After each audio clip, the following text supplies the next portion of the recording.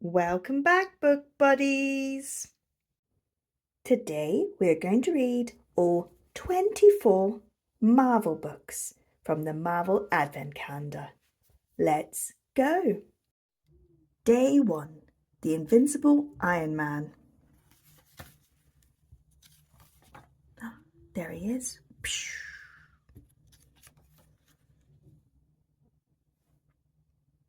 As a boy, Tony Stark dreamt about how technology could change the world for the better. Tony was just 19 years old when he started designing cutting-edge technology for his family's company, Stark Enterprises. But to create, Tony would need money, space, and resources. The US Army was happy to give Tony everything he needed, as long as he gave their soldiers strong weapons. One day, Tony was demonstrating how to use his weapons to keep evil forces at bay. Kaboom! Suddenly, an attack broke out. Tony was blasted off his feet and felt a sharp pain in his chest before slamming into the ground. Everything went black. Suddenly, several warlords barged into the cave where Tony and Jensen were trapped.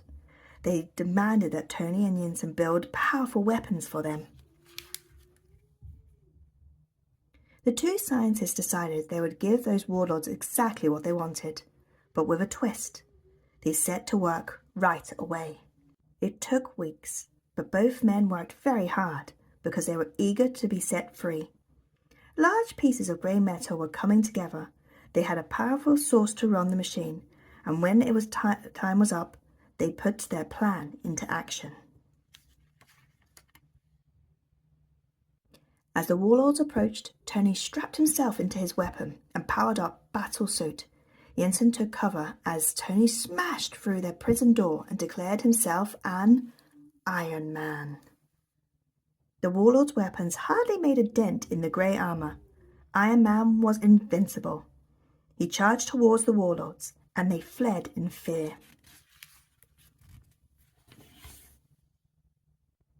But escaping wasn't all Tony wanted to do. He couldn't go home without stopping those men from hurting everyone else. He pulled rubble down from the cave, smashing all of their weapons to pieces. Tony made it out of the cave, but Jensen didn't. The guilt weighed heavily on Tony's mind, but there was something else. Tony had a realization that shook him to the core. Many of the weapons he had destroyed were weapons he had created himself. Upon returning home, Tony promised that he would never sell weapons to anyone again. Not only that, he would put his genius to work creating things that would make the world better, smarter, and safer.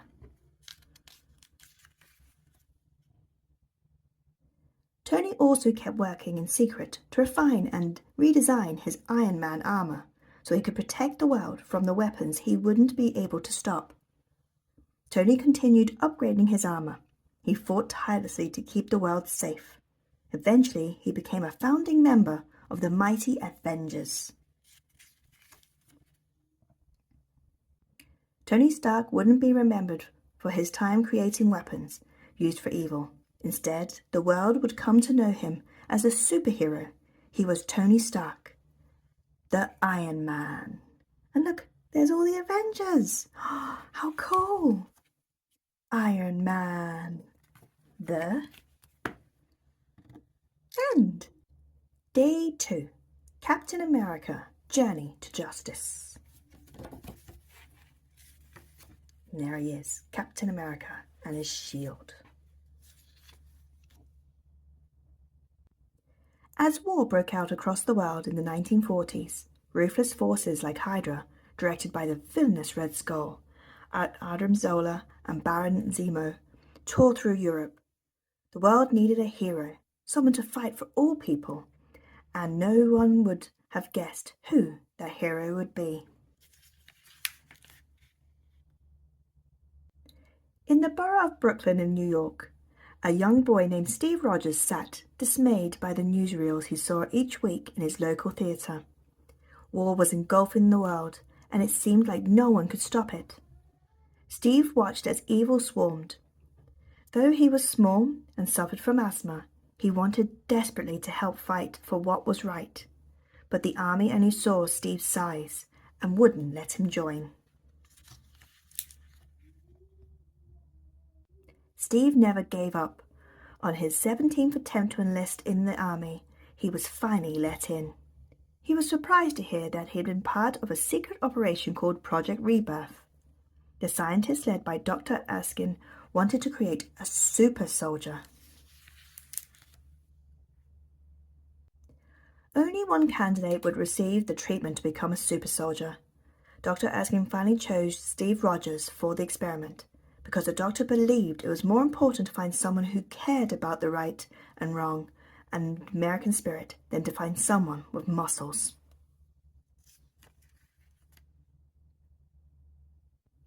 Steve drank Erskine's secret formula and was encased in a metal box, then bombarded with Vita rays.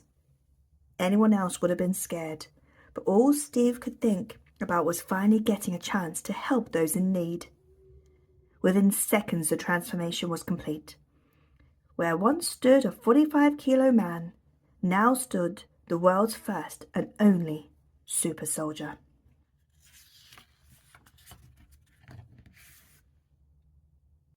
Steve wasted no time getting straight to work fighting for freedom across the globe. Nicknamed Captain America, Steve helped turn the tide of the war. But even Captain America couldn't save the world alone. Along with the brave soldiers of the world's finest armies, Captain America met other heroes, including Bucky Barnes.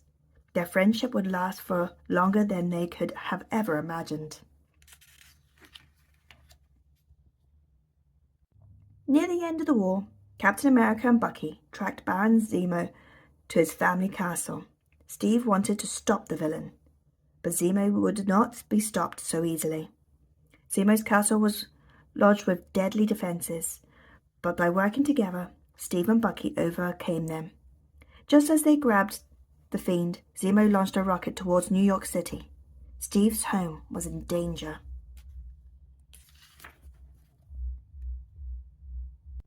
Thinking fast, Steve jumped onto the rocket, taking them far into the sky and far out to sea.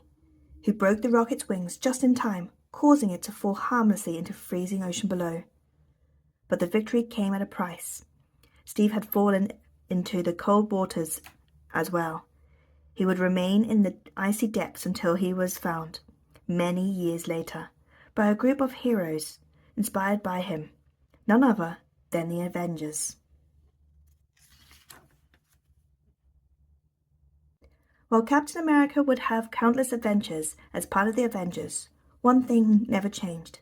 Behind Captain America's shield, Steve Rogers would always remain just a kid from Brooklyn who always wanted to do the right thing. And there's the Avengers fighting all the baddies. And there he is, Captain America. The end. Day 3. The Legend of Black Panther. Many years ago, an asteroid smashed into the Wakandan forest, delivering a massive amount of vibranium metal. Its unique ability to absorb vibration made it very valuable. As others learned about vibranium, Wakanda was often invaded by thieves and warriors who wanted to steal it. The land of Wakanda, a country born of great tribal traditions, lay deep in the heart of Africa. T'Chaka was both King of Wakanda and Black Panther, a role bestowed to him by an ancient ritual. To prove he was worthy of the mantle of Black Panther, T'Chaka had to work hard, study, and train.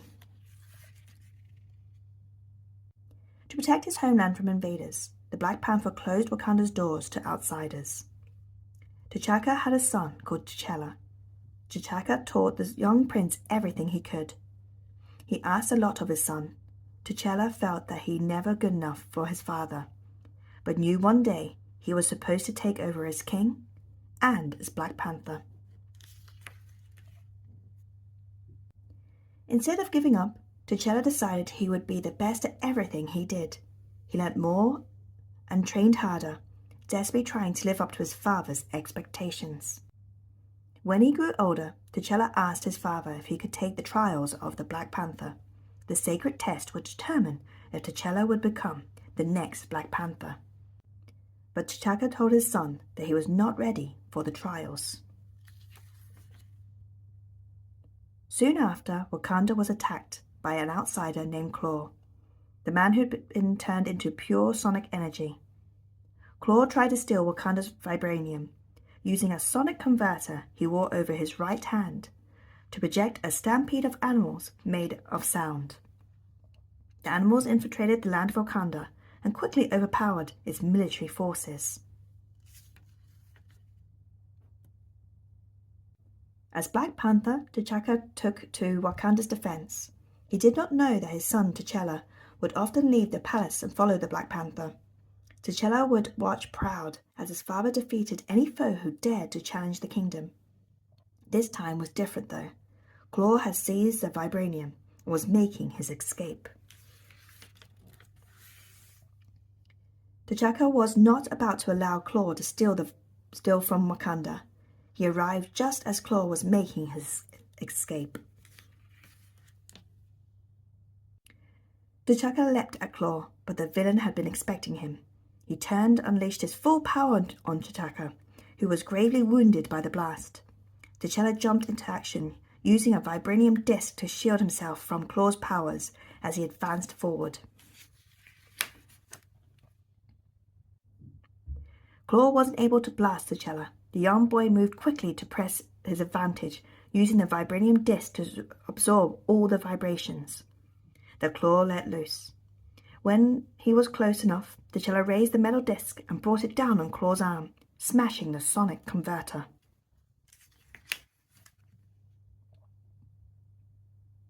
Klaw was injured, but managed to escape as T'Challa rushed to his father's side. The young man held his dying father in his arms, vowing he would somehow become worthy to be called both King and Black Panther, and continue his father's legacy.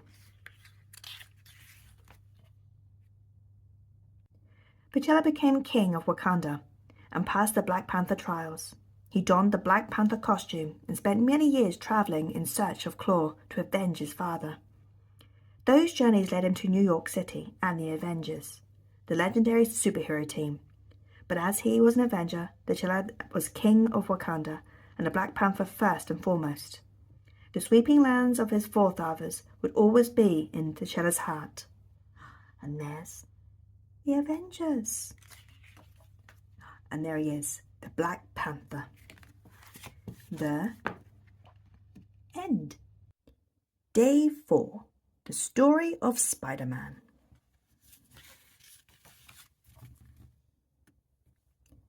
Peter Parker was just your average teenager from Queens, New York. He lived with Aunt May and Uncle Ben, and he attended Midtown High.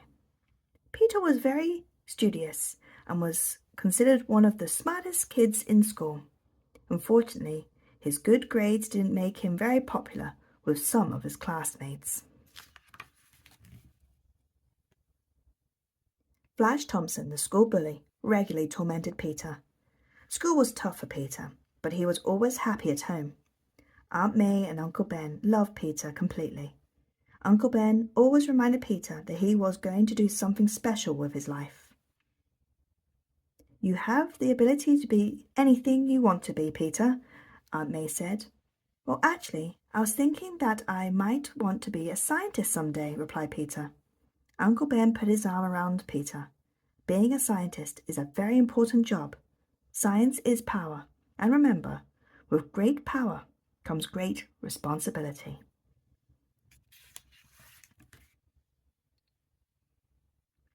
Then, one day, Peter's life changed while he was on a school trip to the science hall. He was excited to see real-life scientists at work, but while Peter looked around at the exhibits, a spider passed through radioactive waves. Peter was so distracted, he didn't notice a radioactive spider head right towards him. At that moment, the radioactive spider bit Peter. He could never have imagined what an impact this one bite would have on his life. Peter Parker would never be the same. Before Peter knew it, he had adopted many characteristics of a spider. He could cling to walls, he was super strong, and he also had spider sense. This meant that Peter experienced a strong tingling feeling that alerted him to danger. These skills made Peter extremely powerful. Peter wanted to keep his identity a secret, so he stayed up all night creating a spider suit and mask. Using his vast knowledge of science, Peter made web shooters and practiced shooting them in his bedroom. Peter's super strong web stuck to every surface. Soon his entire room was covered with webs. Okay, so it's not as easy as it looks, Peter thought. Like all teenagers, Peter wanted to make money. He needed a job where he could use his powers to his advantage, so Peter became a wrestler. Peter used his powers to defeat every opponent. One night, Peter noticed a wrestling gym was being burgled. Peter didn't care, and the thief ended up getting away. When Peter got home later that night, he saw police cars in front of this house. He raced inside and found out that someone had attacked and hurt Uncle Ben. Aunt May and Peter were devastated. The police officers told Peter not to worry, because they had the criminal cornered at an old warehouse.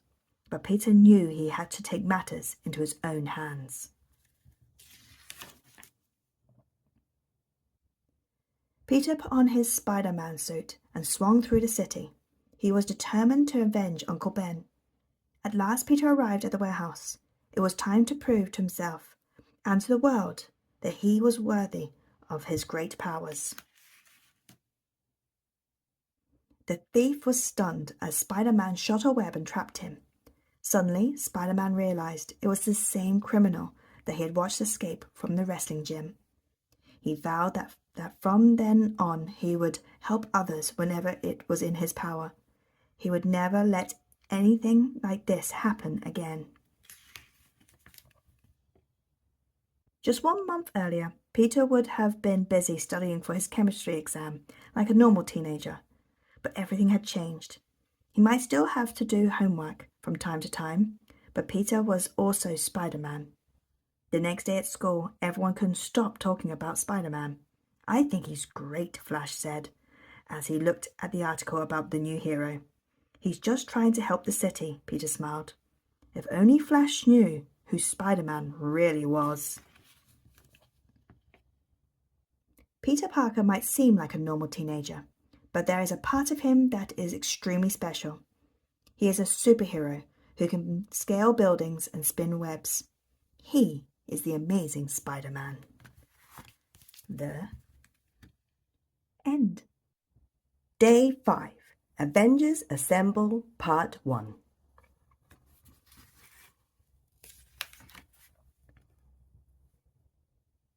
Hidden within an ordinary world are those who are extraordinary.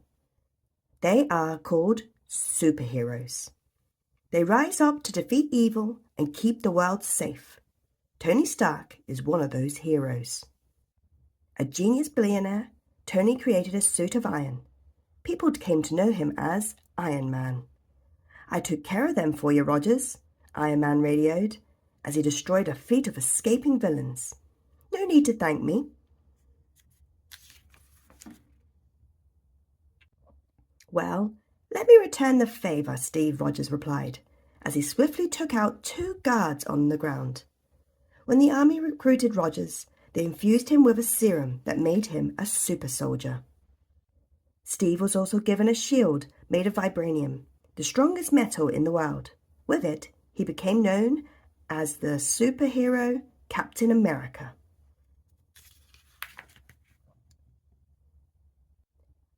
Back at their base, 2 more superheroes were busy training.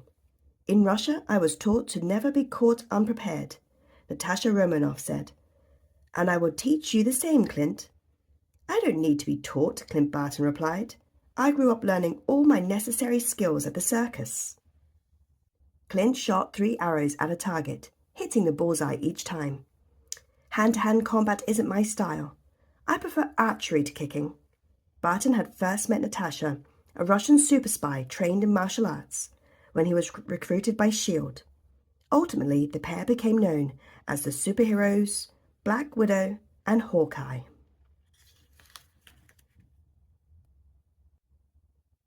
Meanwhile, on a highly classified military base, Dr. Bruce Banner was hard at work.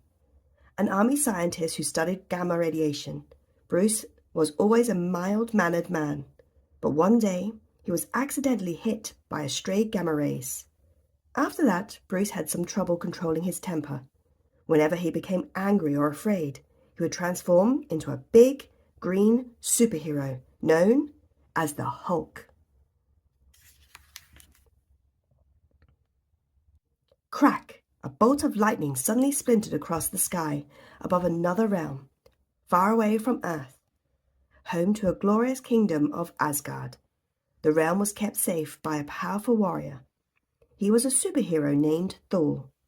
Together, Iron Man, Captain America, Black Widow, Hawkeye, Hulk, and Thor were a team of superheroes called the Avengers. Thor had a brother named Loki. Growing up, Loki had always been jealous of Thor. As the firstborn, Thor would rule Asgard one day, and this made Loki angry. While his brother trained to be a hero, Loki learned the dark arts. Thor and Loki battled constantly, but Thor would always win.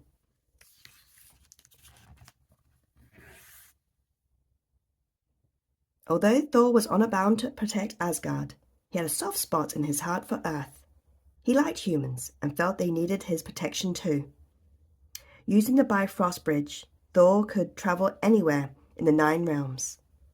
One day he traveled to Earth on the bridge to join his fellow superheroes, but Thor didn't know that Loki had followed him. "Ha ha ha," Loki crackled. "My brother may be stronger, but I am smarter. He will be no match against my trickery. I will get rid of him once and for all. Asgard will bow to my rule."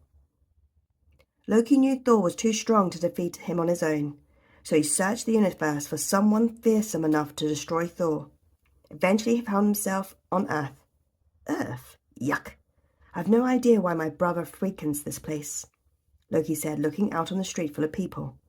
The only redeeming quality is the big green... Wait! Now there's an idea.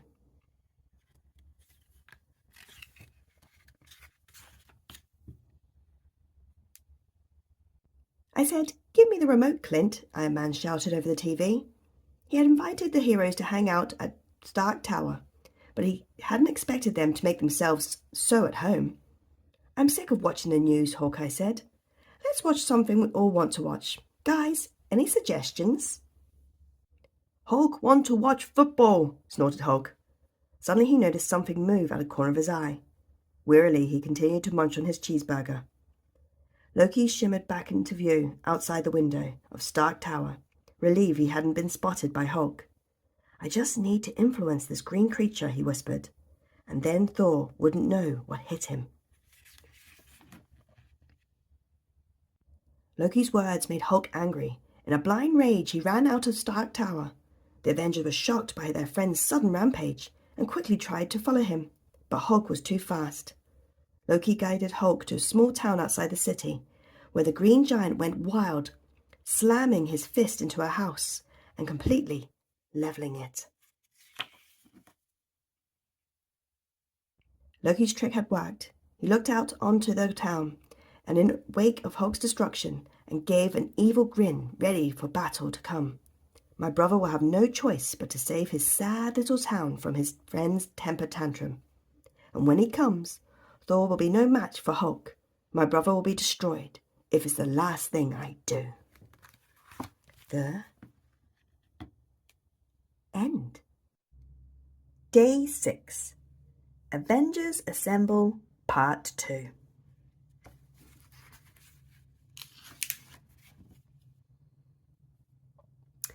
"Avengers Assemble!" shouted Captain America, as the Avengers followed Hulk's path of destruction. Very soon they arrived on the scene. As police officers tried to protect civilians, Captain America, Black Widow, and Hawkeye helped to clear away the crowds. Suddenly, the sky was filled with thunder and lightning. I heard there was some trouble afoot. Thor's voice boomed. Loki crackled in Hulk's head. Ha ha ha ha! My silly brother has come to defeat the threat. Little does he know this battle will be his last. Hulk roared in anger. Nice of you to join us, Thor, Iron Man said. Here's the deal. Something has got into Hulk. We don't want to hurt him, but we need to calm him down. Got it, Thor replied. You take the lead, and I'll follow. The Avengers had to stop Hulk before he did any more damage. Captain America threw his shield, and Hawkeye shot one of his arrows, but Hulk simply caught them both in his hands before lashing out at Black Widow, sending her flying. They're trying to destroy you, Loki whispered in Hulk's mind. You are the monster. Somehow, Hulk became even angrier. He hurled both Captain America's shield and Hawkeye's arrow at Iron Man, who leapt out of the way just in time. Hulk, Thor yelled, snap out of this madness. Hulk roared and charged at Thor, who swung his hammer low to tip the Green Avenger. Hulk went crashing onto the ground, but he just got right back up. I'm running out of non-violent options, cried Thor. Thor didn't want to hurt Hulk, but he had to protect himself. He swung his hammer at the giant, who roared in blind rage. Hulk was focused on one thing: smash. Loki's trick was going to work even better than expected. Not only would he finally defeat his brother Thor, but he would see the superheroes destroy each other in the process.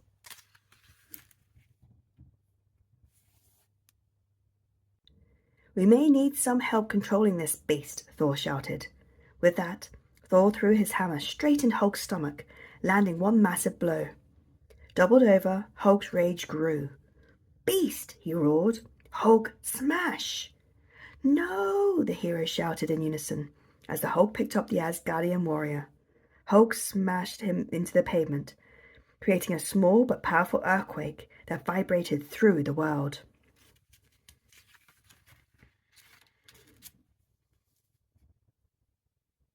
Seeing Thor defeated on the ground, Loki knew his moment of victory had come. He suddenly shimmered into view, hovering over his brother triumphantly. Surprised to see me, dear brother, Loki growled. Thor's eyes narrowed. Loki, I should have known you had a hand in this mayhem. You so-called Avengers may be strong, Loki taunted, but you're not very smart. It was almost too easy to trick you. That was all Hulk needed to hear. His rage turned towards Loki. Hulk strong and smart, he yelled. He charged at Loki and smashed him with all his might, sending the villain flying through the air.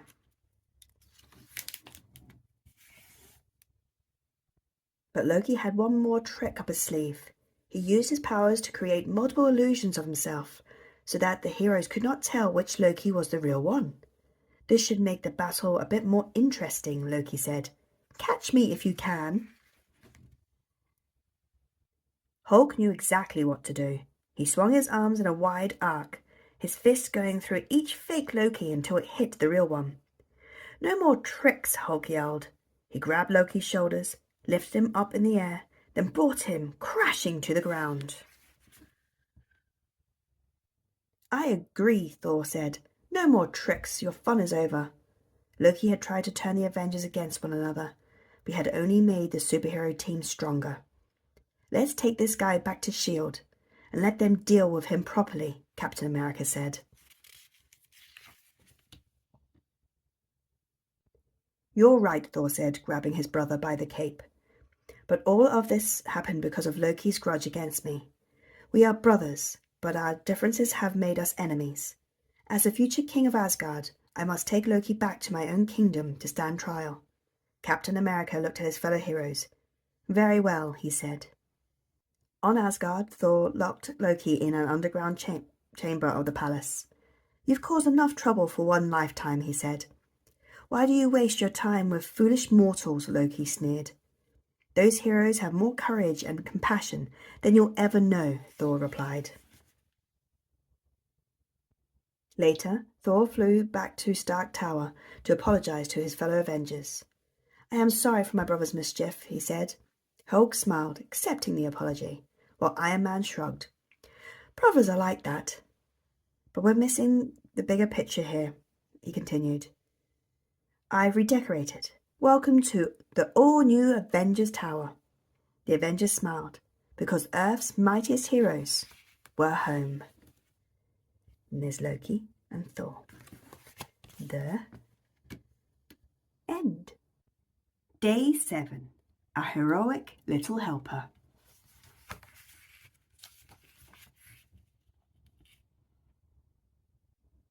Zap, bang, boom! The planet Sandor was under attack from Kree soldiers. The Guardians of the Galaxy had called the Avengers for help, but even so, the superheroes were outnumbered. "Retreat!" yelled Star-Lord. But when he tried to fire up his starship, the Milano, it wouldn't start.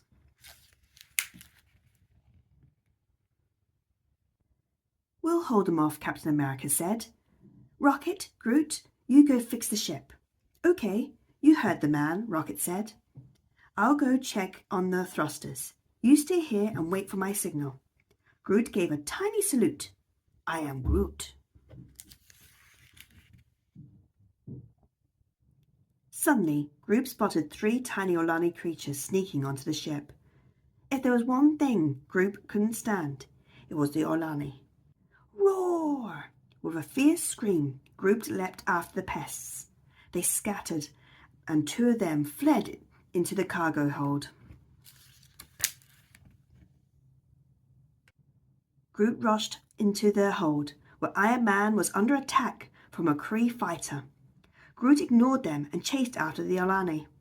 Crash! He knocked over the weapons rack, causing one of the blasters to fire and knock down the Kree soldier.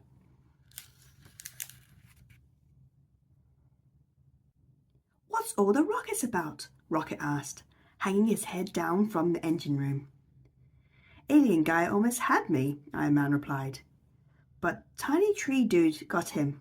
Way to go, pal," said Rocket. Groot was surprised. He looked over at the fallen Kree soldier and was pleased to see that one of the Olani had somehow got trapped in a crate beneath him. Groot beamed with pride. "I am Groot."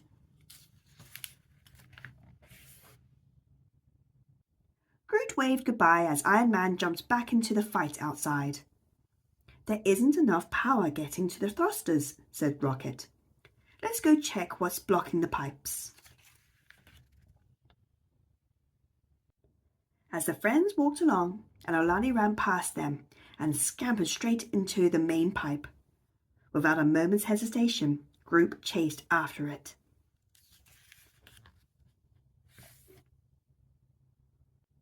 Groot chased the tiny Olani through the pipe system. They didn't stop until the Olani screeched on a dead end. But it wasn't a dead end at all. It was a mass of old sludge clogging the pipes. The terrified Olani kept ramming into the sledge until it burst right through. Suddenly, Groot felt a deep rumble and heard Rocket's voice calling through the pipes. "You did it, buddy!" Groot felt the engines heat up as he sped back down the pipes. Rocket caught him as he slid out through the grate. Then he called out to the other heroes. "Okay, we're ready now. Let's get out of here." Star-Lord set the thrusters to full power, and the Milano took off with a jolt, dodging fire from the Kree army as it sped into space. "Great job back there, Rocket," said Captain America. "You got the ship working just in time." "Don't thank me," Rocket replied, lifting up Groot. "Groot was the one who risked his life to unclog the engine. I am Groot." Groot beamed. He was happy that he had helped his friends, but he couldn't stop thinking about that one Olani who got away. And there he is. I am Groot. The end. Day 8. Doom of Fang Foom.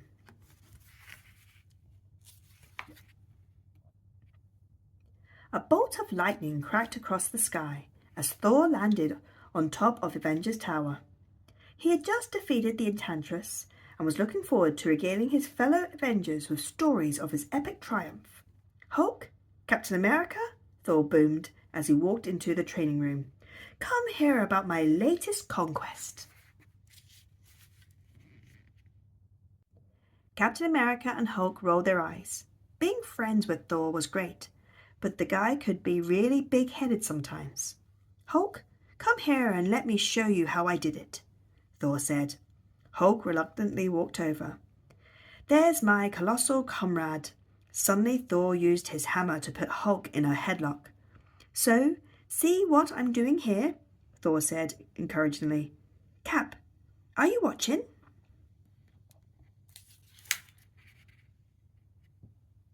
Look, buddy, Captain America began. Don't be so rough of Hulk. He may be a green Goliath, but he's still your friend. Hulk? Annoyed, Hulk said. Thor wasn't listening to what Captain America was saying. He didn't think he was being too rough with Hulk. You come back from these battles with a pretty big head, Captain continued. Just be careful. One day you may find yourself in a major fight without backup.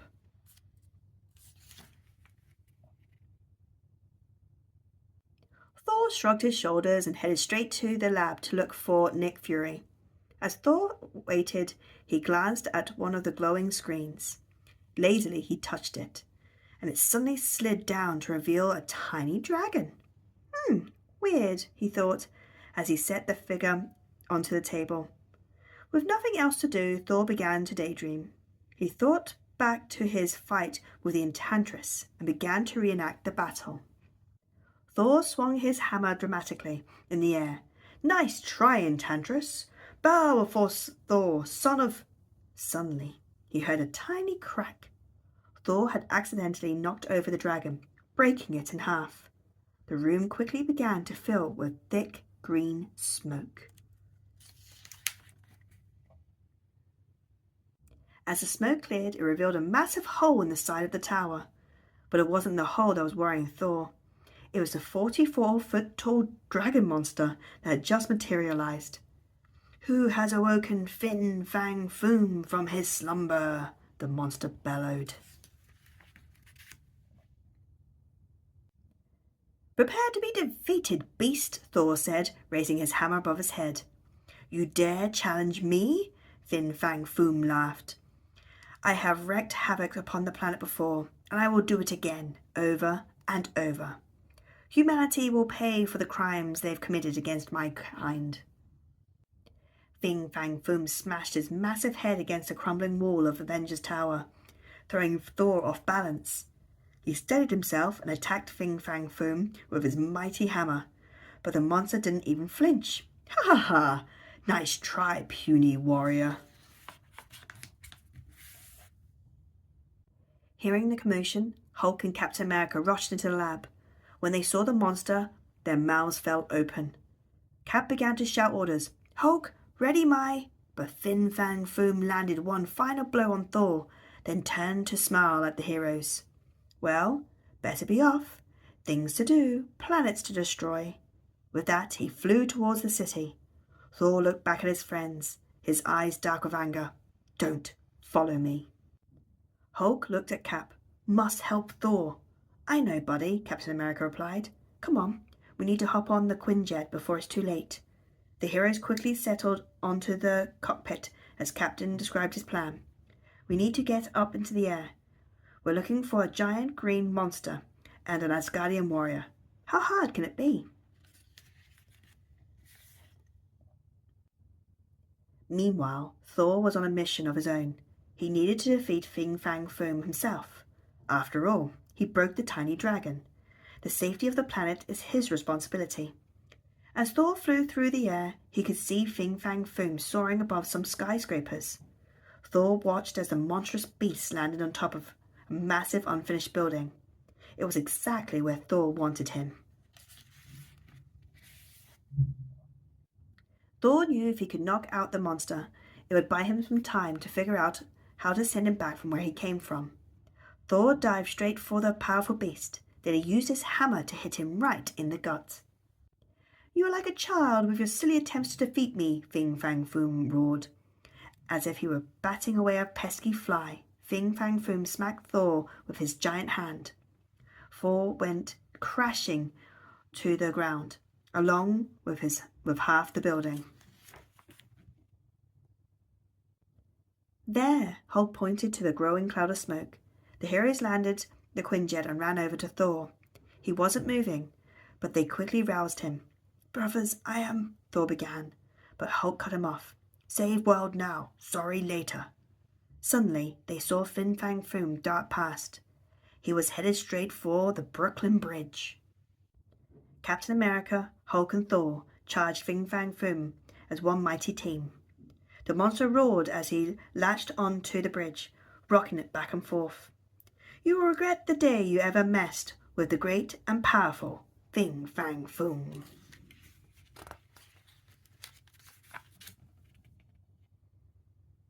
Suddenly, Thor had an idea. "We must entrap the monster. Hulk, do what you do best."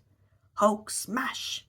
Hulk shouted as he pummeled the beast, sending Fin Fang Foom crashing into the water below the bridge.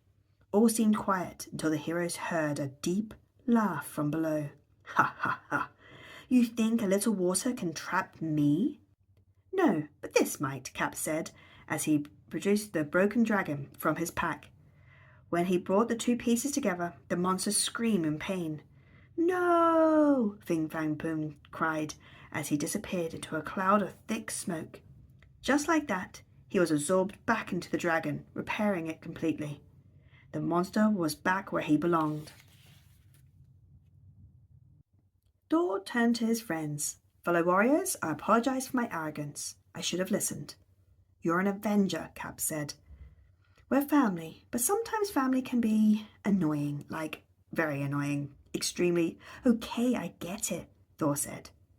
"Back to training room?" Hulk asked. "Hulk bet he can smash puny Thor." Thor smiled. "Verily." The end. Day 9. Mysterio's Revenge.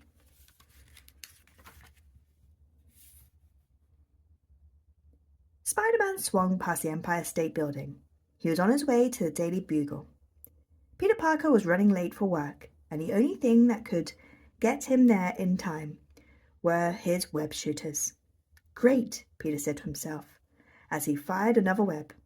"If I'm late for work again, Mr. Jameson's going to explode."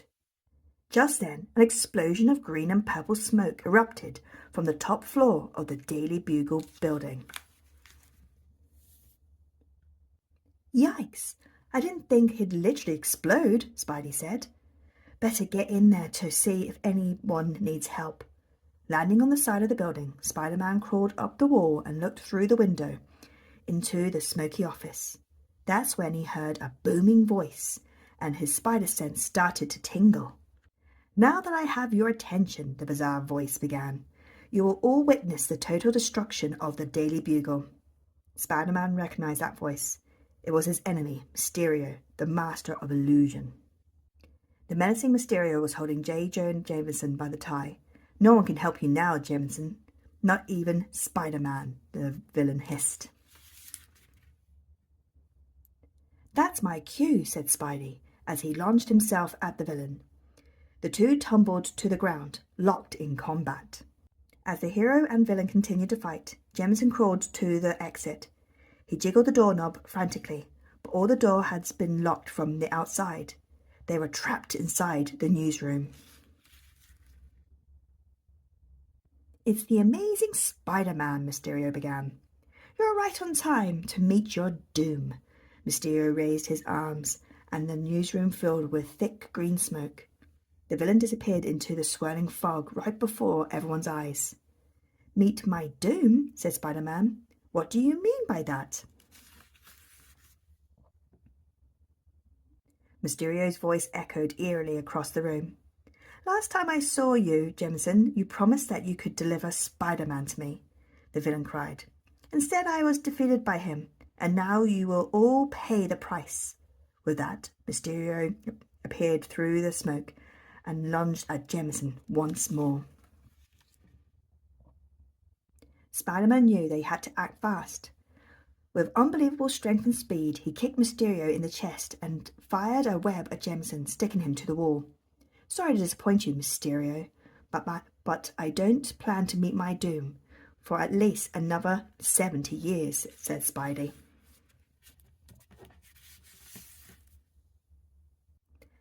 Spider-Man stood above the trapped Mysterio and removed the villain's glass helmet, but Spidey was shocked at the person he saw beneath the mask.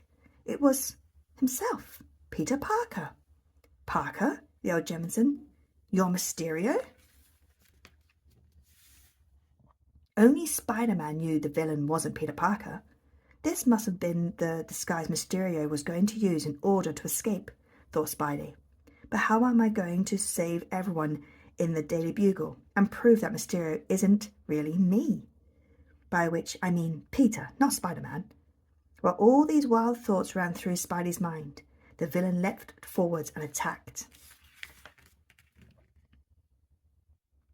Oh, I hit hard, thought Spidey, as he tried to pick himself up off the floor.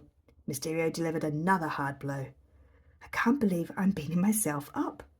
Spider-Man was dazed, but he rolled across the smoky room. With Mysterio distracted by his precious helmet, Spidey looked around the office and realized the only person who wasn't there was himself, the real Peter Parker.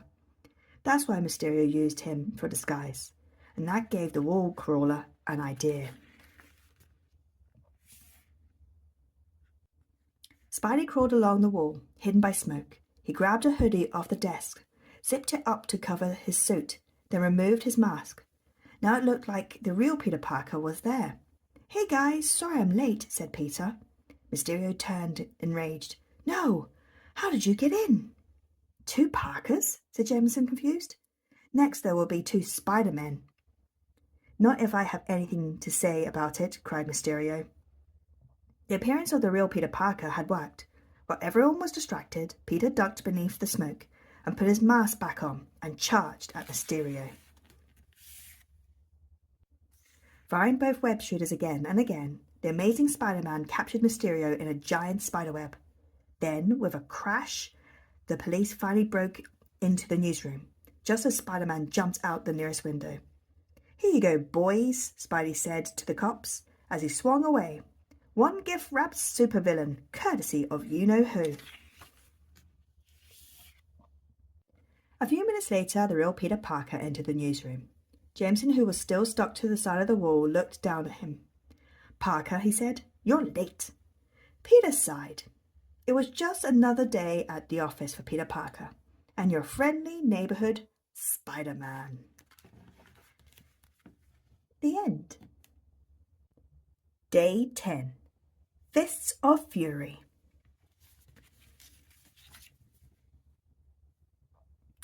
Ah! Kamala Khan screamed as she slammed her fist against the school building.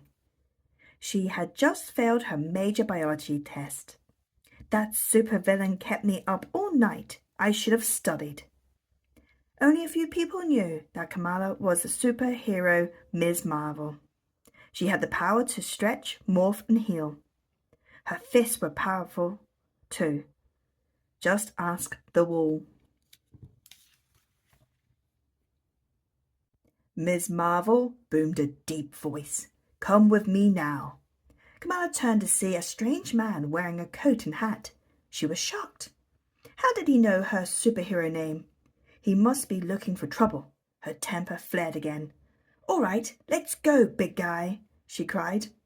Excellent, the man said cheerfully. I shall lead the whoa, he yelled in surprise as Kamala threw a punch at his face. The man quickly removed his tattered hat and coat. Kamala gasped. It was Thor. I apologize for approaching you in disguise, he said. I was trying to keep a low profile.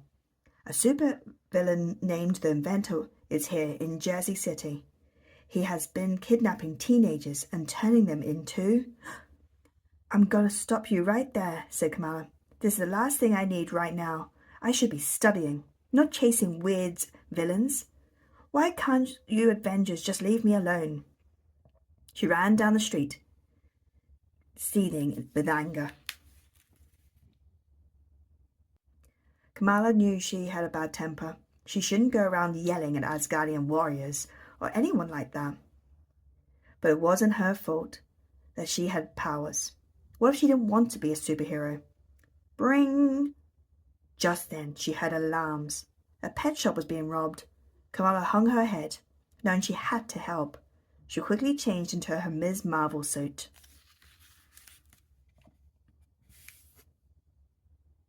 Help! A supervillain is robbing my shop, the owner shouted. Ms. Marvel saw red. This evil thing was going to regret ever stepping foot in her city. She stretched one of her arms and grabbed the criminal.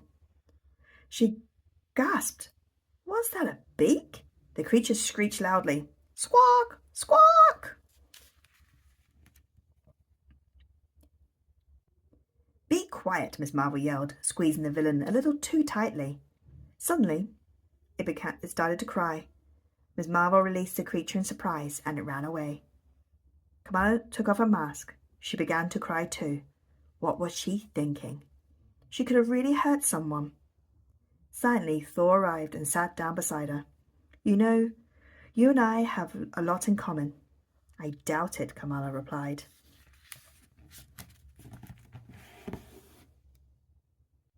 It's true, said Thor.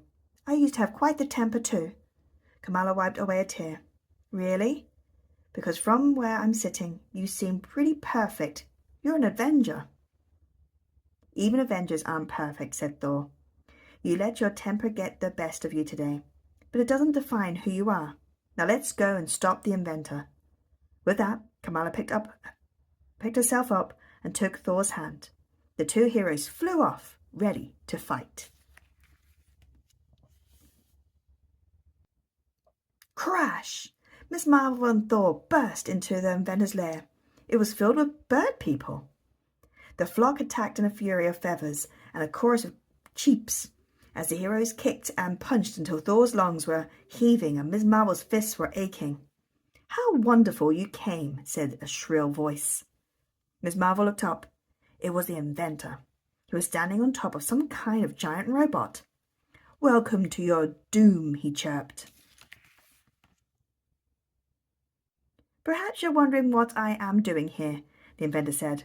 Well, make yourselves comfortable, and I shall tell. You're stealing pet birds and putting their DNA into people you recruited for your villainous bird army. Yeah, Thor told me on the way over here, said Miss Marvel. Thor gave a hearty snort. Oh, the inventor said, annoyed. Yes, well, got it in one. Let's move straight to the showdown, said Miss Marvel. She enlarged herself until she was as high as the ceiling, grabbed a huge metal machine and smashed it into the inventor's robot, destroying it completely.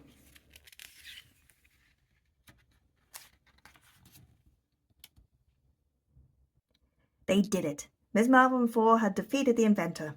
But how were they going to fix all those bird people? Got it, Miss Marvel said, pushing a big red reverse button on the Mutator 3000. Suddenly the room was full of normal people and exotic birds. It's been an honor, Miss Marvel, said Thor. Call me if you ever again need to find yourself. They did it. Miss Marvel and Thor had defeated the inventor. But how were they going to fix all of those bird people? Got it, Miss Marvel said, pushing a big red reverse button on the Mutator 3000. Suddenly the room was full of normal people and exotic birds. It has been an honor, Miss Marvel, said Thor. Call me if you ever again find yourself stretched too thin. Miss Marvel smirked. Your jokes are terrible, but I guess no one is perfect. And there's Miss Marvel. The end. Day 11. She-Hulk Smash.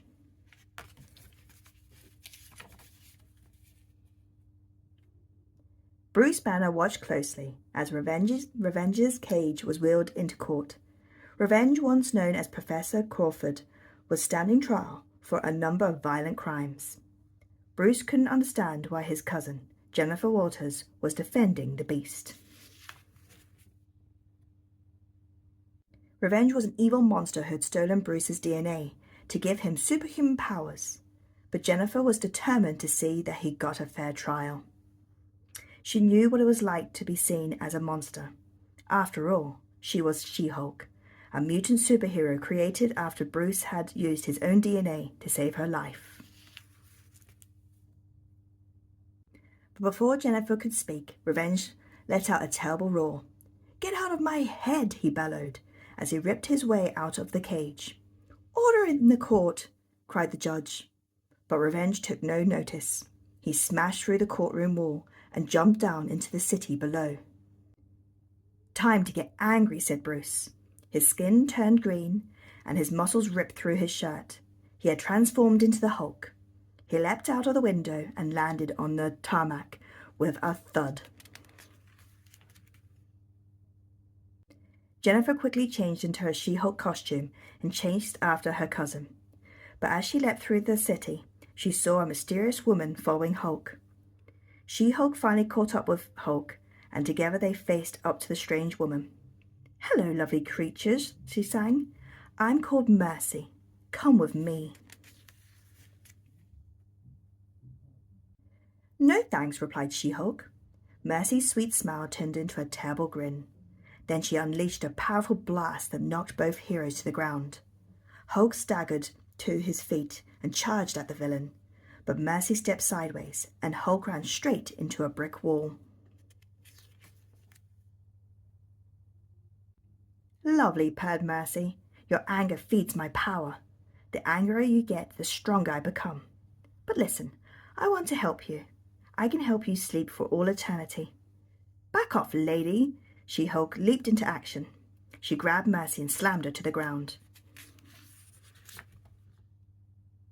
"Ouch!" wailed Mercy. "You may have defeated me, She-Hulk, but I still control the mind of your other friend. Revenge has so much anger, it's delicious."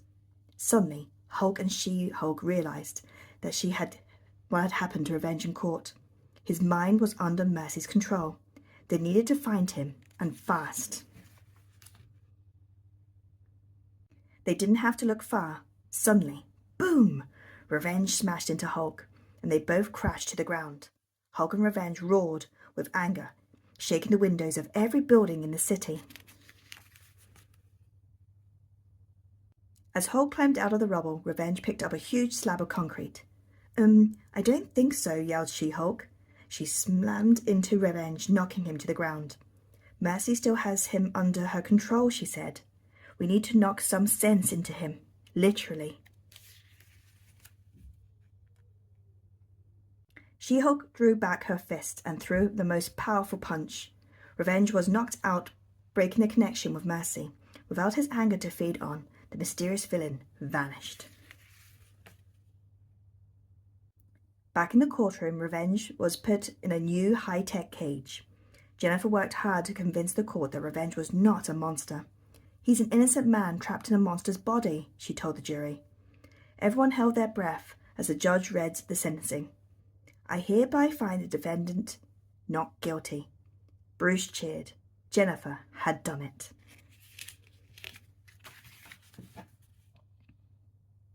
As Bruce and Jennifer left the court, Bruce tried to cheer up. "Don't worry," he said.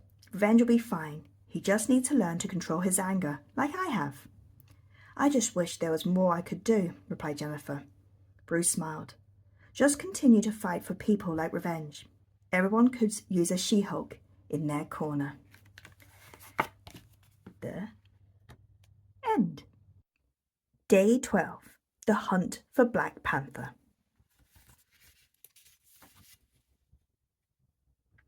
Kraven the Hunter loved to hunt wild animals. The only thing he loved more was the glory that came with it. But one day, after Kraven had captured a pair of cheetahs, he didn't feel the same sense of accomplishment he normally felt after a successful hunt. Kraven hungered for a new prey that would give him a real challenge. but where could he find such an opponent? A few days later, Peter Parker was sent by the Daily Bugle to photograph the annual Protection of Endangered Animals Conference in Upper Manhattan. Given the keynote speech was none other than T'Challa, ruler of the African nation of Wakanda. Peter was excited for the chance to see T'Challa speak. The king was a compassionate ruler and a scientific genius. He was also Black Panther. In order to protect the animals of Earth, the king began, it is our duty to fight back against illegal hunters and poachers. Unknown to T'Challa, Kraven had arrived at the conference looking for his next prey, the Black Panther himself. Suddenly, the hunter smashed through a window on the second floor of the building. Everyone, including T'Challa, looked up. T'Challa, he bellowed loudly, I request a meeting with the Black Panther. T'Challa's eyes narrowed. Black Panther will never bow to the likes of you. Kraven gave an evil smirk. I assumed there would be some protest. That's why I brought some backup. Kraven let out a high-pitched whistle, and 2 cheetahs leapt down from the window above. No one here is allowed to leave until the Black Panther is mine, he cried. In the chaos, Peter Parker's spidey sense was tingling like crazy. He knew he had to act fast. This place was turning into a zoo. Meanwhile, T'Challa's bodyguards, the Dora Milaje, attempted to move the Wakandan king to safety. Save your energy, he commanded. It's time for the Black Panther to strike. Black Panther turned round to discover that he had been joined by Spider-Man. What are you doing here? Black Panther asked the web-slinger. Nice to see you too, replied Spider-Man, swinging into action. Spider-Man fired a ball of web fluid at the nearest cheetah. Stand back, said Spider-Man. I've beaten Kraven before. I can deal with these overgrown house cats too. Spider-Man, no, you must be careful. Black Panther tried to warn the web-slinger, but it was already too late. Whoa, nice kitty, Spider-Man explained, as the cheetah grabbed his web and lunged towards him.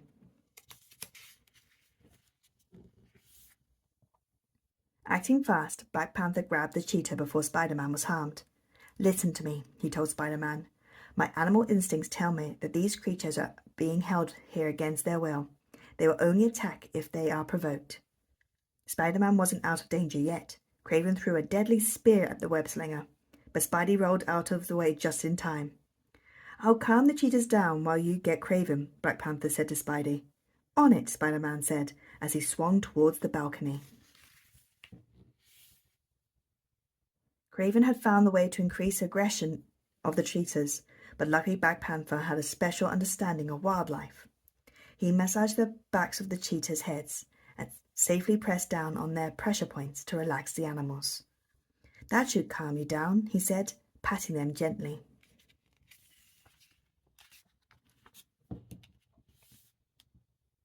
Meanwhile, Spider-Man caught up with the villainous hunter. Kraven began to throw knives at the web-slinger's hero, but Spidey's trusty spider sense made it impossible for Kraven to land an attack. What's the matter, Kraven? Asked Spider-Man. You can't catch a little spider?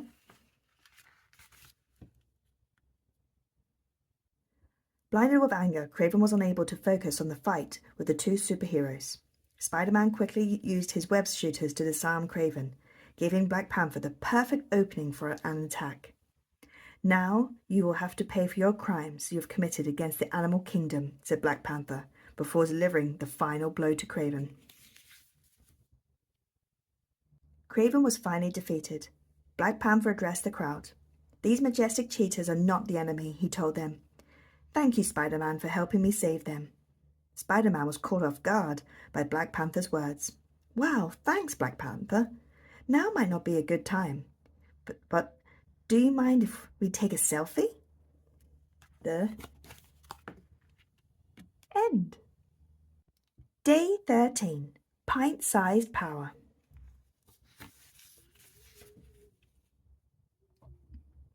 Ant-Man and Wasp were having a bad day. Someone had broken into their lab and stolen their growth serum. We need to run some DNA samples through the database at the Avengers Tower to find out who is behind this crime, said Ant-Man. At Avengers Tower, Ant-Man soon got his answer. It's Scarlet Beetle, he told the Avengers. Meanwhile, on the other side of the city, Scarlet Beetle was having an awesome day. Using the stolen vials of growth serum, he was gathering an army of giant insects in an attempt to conquer the world.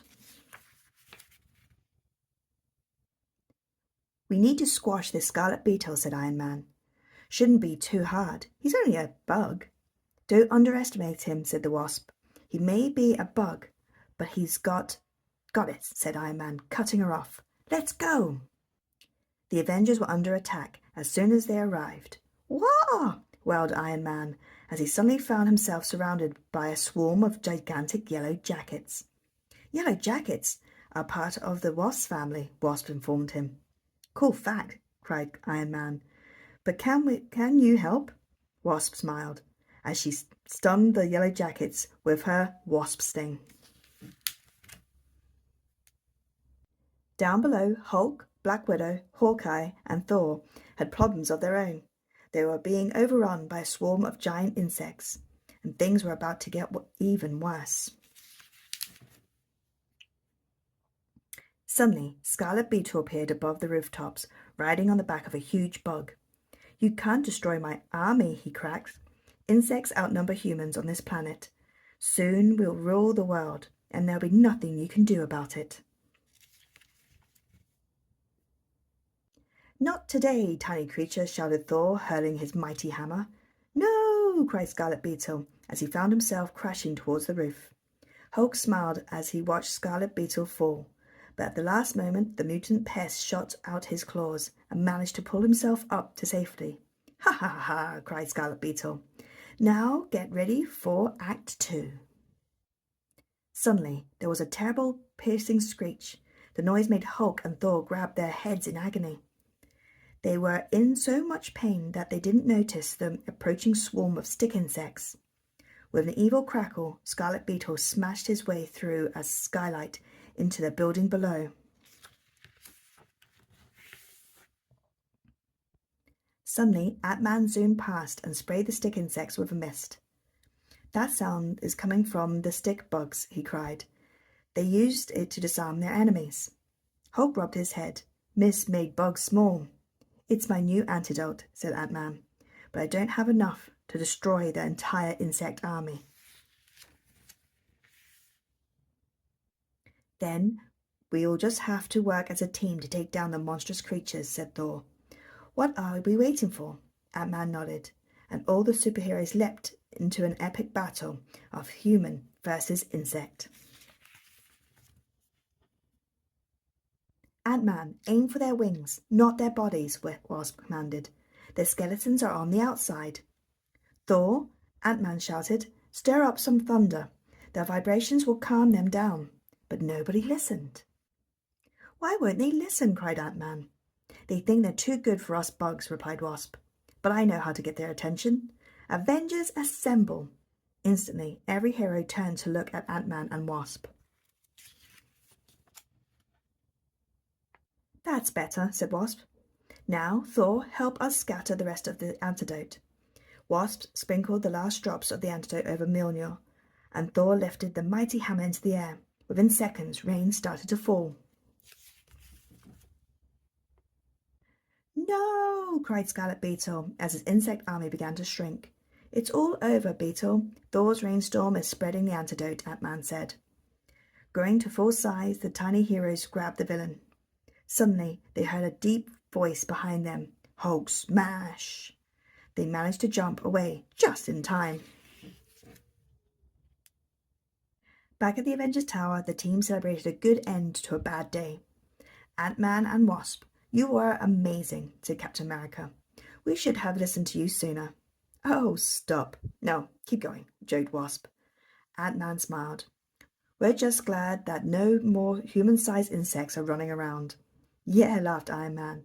2 is more than enough. The end. Day 14. A very strange night.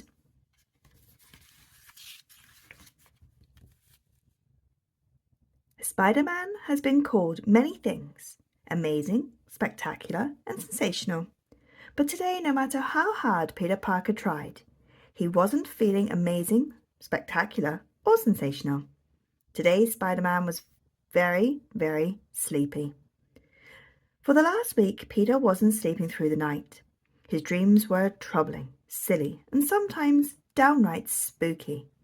A week of nightmares makes for one sleepy crime fighter. Peter didn't think much of it until one very long spider yawn almost allowed Shocker to ruin the policeman's ball. Spider-Man groggily swung into action.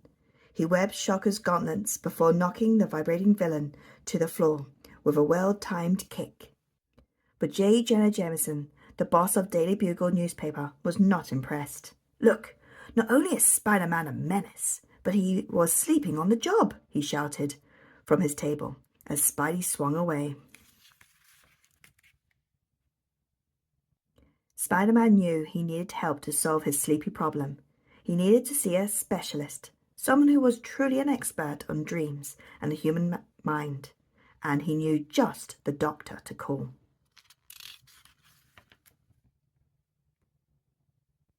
"Doctor Strange," Peter said, greeting his old friend. "I'm sorry to interrupt, but I've been having trouble." "Sleeping?" Doctor Strange said, as Spider-Man entered the sanctorium. He had felt Peter's troubles long before Spider-Man had come to his doorstep. Doctor Strange threw his arms wide as he conjured a magical eye of Agamotto. "The eye of Agamotto had shown me that you've been experiencing nightmares," Strange told Peter, "and now it will show those nightmares." Soon, Doctor Strange was looking at Spider-Man's nightmares. In some, he was back at primary school and forgot to wear his trousers. In others, the Sinister Six were winning every battle against him. Doctor Strange was not only able to see the future and the past, he could see right into a person's soul.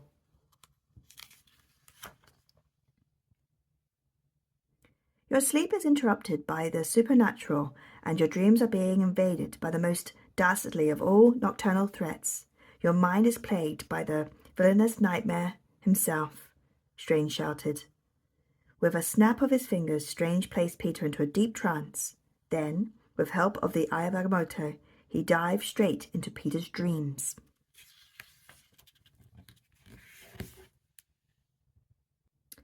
Peter once again found himself in front of his entire class without his trousers on, and though he was embarrassed, he was no longer alone. Doctor Strange stood tall beside him, urging him to see the nightmare for what it truly was.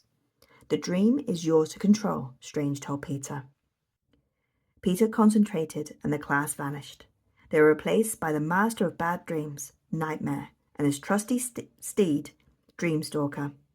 "The Sorcerer Supreme commands you to release your hold on this hero," Strange shouted. But Nightmare simply laughed. "I take power from dreams, Doctor Strange," Nightmare began, "and with a hero as strong as Spider-Man, I finally be great enough to defeat you."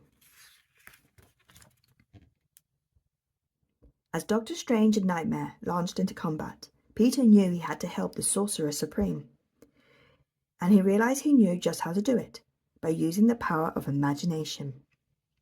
Peter thought and thought and thought as hard as he could. To his amazement, the dreams around him began to change. They weren't in Peter's school anymore, but on a giant chessboard, and Spider-Man was in control of the pieces. "It would seem Spider-Man is using the powers of his own dreams against you," Doctor Strange declared to Nightmare. Spidey played move after move, defeating Nightmare's paces, until the villain was the only one left to play. Outnumbered, the villain retreated, leaving Peter's mind. "You might have won today, Strange, but you've not seen the last of me," Nightmare shouted, as he rode Dreamstalker out of Peter's mind and back to his home in the Shadow Realm. "Don't worry, Nightmare. I look forward to defeating you again," Doctor Strange replied, smiling. Peter woke with a start, pleased to find the good doctor waiting with a hot cup of tea. "This is Wong's special herbal blend," Doctor Strange said. "It should calm your mind after a night like this." After saying goodbye to his old friend, the tired superhero swung home, changed into his pajamas, and slipped under the sheets. There were no monsters under the bed, and the only things in his wardrobe were his clothes and his spider suits. For the first time in what felt like weeks, Peter Parker finally got what he had been longing for, an amazing night's sleep. And there's Doctor Strange.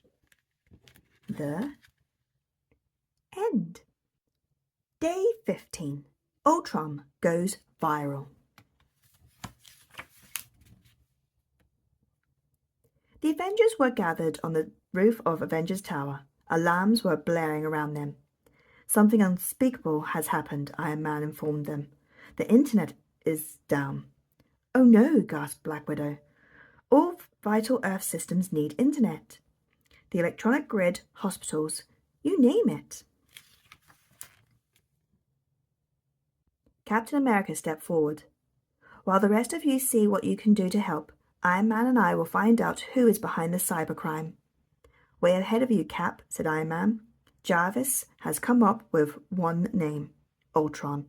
It looks like the evil robot has released a virus into the network. I think we might need a little extra help on this one, said Captain America. We need Captain Marvel. I've heard of her, said Iron Man. But who exactly is she? She's head of Alpha Flight, replied Captain America, and a half-alien astronaut who won't back down for anyone. Oh, and she lives in the Statue of Liberty's crown.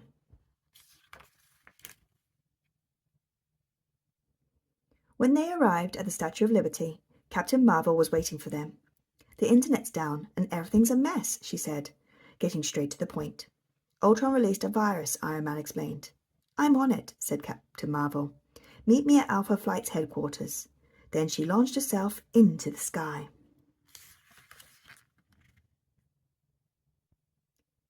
The three heroes soared through the air and soon arrived at Alpha Flight's headquarters. The place was buzzing with activity. The systems don't appear to be down, said Captain America. They must have bypassed the traditional network systems, replied Iron Man. The two Avengers watched in admiration as Captain Marvel began issuing orders. Gonzalez, she said, get an encrypted pipeline. O'Connell, initiate offensive network protocol 616. Soon, a mass of code was scrolling across the many screens within the base. It's digital warfare, explained Iron Man. She's hunting Ultron's virus. He turned to Captain Marvel. He'll know where it's coming from, he warned. Ultron will come and shut us down.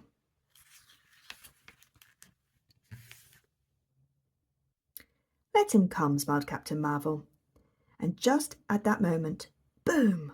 Ultron exploded through the wall behind Super Soldier Captain America. How cute, he snarled, grabbing Cap's shield.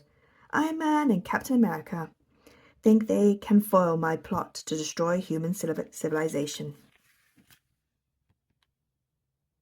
Captain America hit Ultron with a mighty punch, but Ultron was too powerful. He tossed Captain America to one side, then turned on Iron Man. Give up, puny humans. Nobody can protect humanity now, taunted Ultron. Iron Man began to laugh. You've never met Captain Marvel, have you? Ultron turned on Captain Marvel and sneered. I'll soon destroy this puny human woman. I'm only half human, said Captain Marvel, swinging a well-armed punch at the cyber pest's face. Ultron tackled Captain Marvel to the ground, and the pair crashed around Alpha Flight's headquarters in furious, deadly combat. In the background, the computers whirled with activity. Then, bing! They announced that their job was done. Ultron's virus had been destroyed.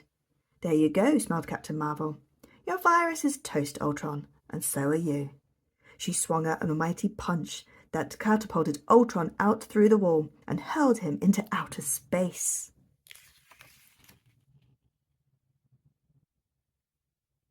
Ultron never stood a chance against you, said Captain America to Captain Marvel. Nope, replied Captain Marvel confidently. Iron Man removed his mask and gave Captain Marvel a high five. The internet's back up and Ultron's out of our hair. Sorry, Cap, but it looks like the Avengers have a new captain. And there's Captain Marvel. The end. Day 16.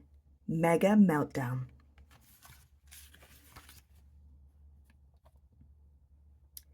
New York City was in the middle of a heatwave, but Spider-Man hadn't broken a sweat as he stopped two bank robbers. Despite the heat, Spider-Man noticed that the criminals were shivering. "If we're going to be stuck here, how about some more webbing, huh?" one of them asked. Why were those guys acting like it's cold out, thought Spider-Man. It's been a scorcher for weeks. As he swung closer to Times Square, Spidey's spider sense began to tingle. The wind whipped around him as the temperature steadily dropped. Just then, Spider-Man came across the source of the strange weather, a gigantic portal that had opened up in the sky, sending flurries of snow down onto the city. Loki, the trickster god of Asgard, was standing on top of a skyscraper, clutching a cosmic cube. "Ah, the spider. I invite you to witness the start of my glorious reign," Loki said proudly. "With Earth destroyed, those pesky Avengers will finally be out of my way." "Yeah, right," said Spider-Man. "What are a few snowflakes going to do?" "Just wait until you meet my friends," replied Loki, chuckling. The ground began to rumble as Loki lifted up the cosmic cube. Suddenly, a horde of frost giants leapt through the portal, crashing parked cars as they lumbered through the streets. Frightened tourists ran for cover as sparks from collapsing billboards rained down upon their chaotic scene. "Meet the frost giants of Gothenburg," said Loki. "Now that I have the cosmic cube, they are under my control." Spider-Man knew there was only one thing to do. Thorpe? Spidey shot his web through the air. He sailed over Times Square straight towards one of the giants. "Hey, Snowball, over here," shouted Spider-Man.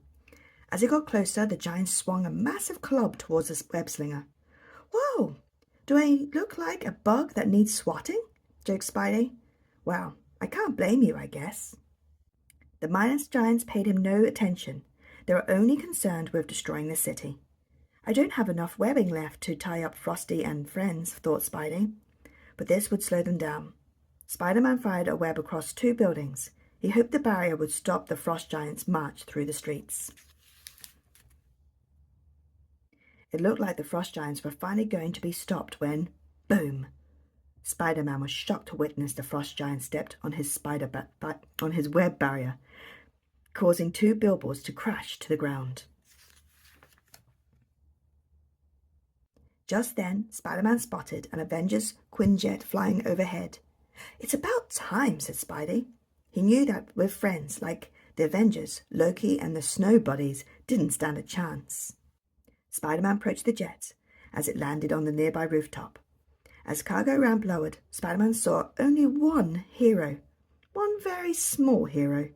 "So, what's the situation here?" said a tiny voice.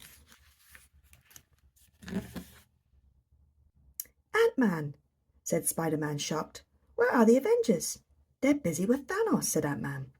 "That guy never takes a day off. Nick Fury called and said there was some trouble in the city. I'm here to back you up, pal." "No offense, but I was expecting some bigger guns," said Spider-Man. "How are two bugs going to stop three giants?" "Well, looks like these two bugs are all New York has today," replied Ant-Man, grinning. Spider-Man knew Ant-Man was right. Two heads were definitely better than one. So Ant-Man grabbed onto Spidey's suit, and the bug duo swung back towards the wintry chaos. "Look out," Ant-Man exclaimed, as one of the frost giants threw a car at the approaching superheroes. "Way ahead of you," Spider-Man responded, as he swiftly dodged the vehicle. "But this heavy snowfall isn't making anything easier. Any ideas?" "Well, if they want to head to Central Park, I can send in some ants to ruin their picnic," said Ant-Man sarcastically. "It's not warm enough for a picnic," said Spider-Man. "But wait, That gives me an idea. How much do you know about electricity? More than you, kid, Ant-Man replied. I think I know where you're going with this. Evading attacks from Loki's frost giants, Spidey swung towards Time's Tower, the brightest building in the city. As Spider-Man approached the tower, Ant-Man was able to jump just before a frost giant grabbed Spider-Man's webbing. The giant pulled on the webs, yanking Spidey off the tower. "Ugh!" Spider-Man exclaimed as he crashed onto the hard cement. Ant-Man knew Spider-Man couldn't hold back the giants for long. He squeezed inside the bright billboard. Once inside, the small hero was able to hack into the main power grid. "Hey, big bullies!" shouted Ant-Man. "How about we turn up the heat?" Suddenly, Times Square lit up. The lights became brighter and brighter until a glare from all the billboards was blinding. Hit with 161 megawatts of power, the frost giants quickly began to shrink until they vanished. "Your frost giant should have brought sunscreen, Loki," joked Spidey. "The spider!" roared Loki. "You did this!" Spider-Man quickly shot a web straight towards Loki. "I had some help. Not bad for 2 bugs, huh?" With Loki tied up by webbing, Spider-Man grabbed the cosmic cube and opened up a portal to send the villain back to Gotham. "I'll be back, Spider-Man," cried Loki, as he disappeared into the portal. "Man, we deserve a break after saving the world from Loki," said Ant-Man. "You're right," replied Spider-Man. "But we need to restore power too."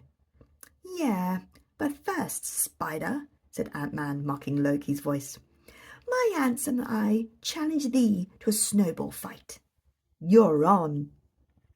The end. Day 17. Klaw's Revenge. Whoosh! Black Panther leapt out of the Quinjet and swiftly caught hold of a jungle branch. He was returning home to the African kingdom of Wakanda after fighting crime with the Avengers.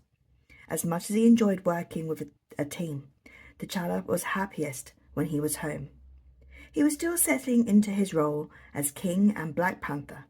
He had vowed to honor his father's legacy, but trying to live up to his greatness was taking a toll. It was a difficult job, but T'Challa was determined to serve his country like his father before him. A Black Panther's work is never done, thought T'Challa. When T'Challa arrived home, he found his stepmother, Ramonda, waiting for him. "Welcome home, my son," she said, wrapping him in a big hug. But T'Challa was tense. Ramonda could tell something was on his mind. Suddenly, Okiye and Nakaya, 2 of Dora Milaje warrior women, sworn to protect the Wakandan king, burst into the room. There was an emergency. T'Challa and Ramonda quickly followed the Dora Milaje into the council room. There they found the tribal elders gathered around a large monitor. Everyone spoke in hushed tones as T'Challa approached. "These energy readings are off the chart," said T'Challa, as he assessed the situation. "There's only one person who could be behind this," said T'Challa. "Klaw. Klaw was Wakanda's greatest enemy, and the only outsider ever to infiltrate its walls. The last time Klaw was in Wakanda, he had defeated T'Challa's father." "Okay, Akaya, come with me," said T'Challa, banishing painful memories. "We need to stop Klaw before he reaches the palace." Meanwhile, Klaw was blasting his way underground, using his sonic-powered arm. It was only a matter of time before he made it into the palace.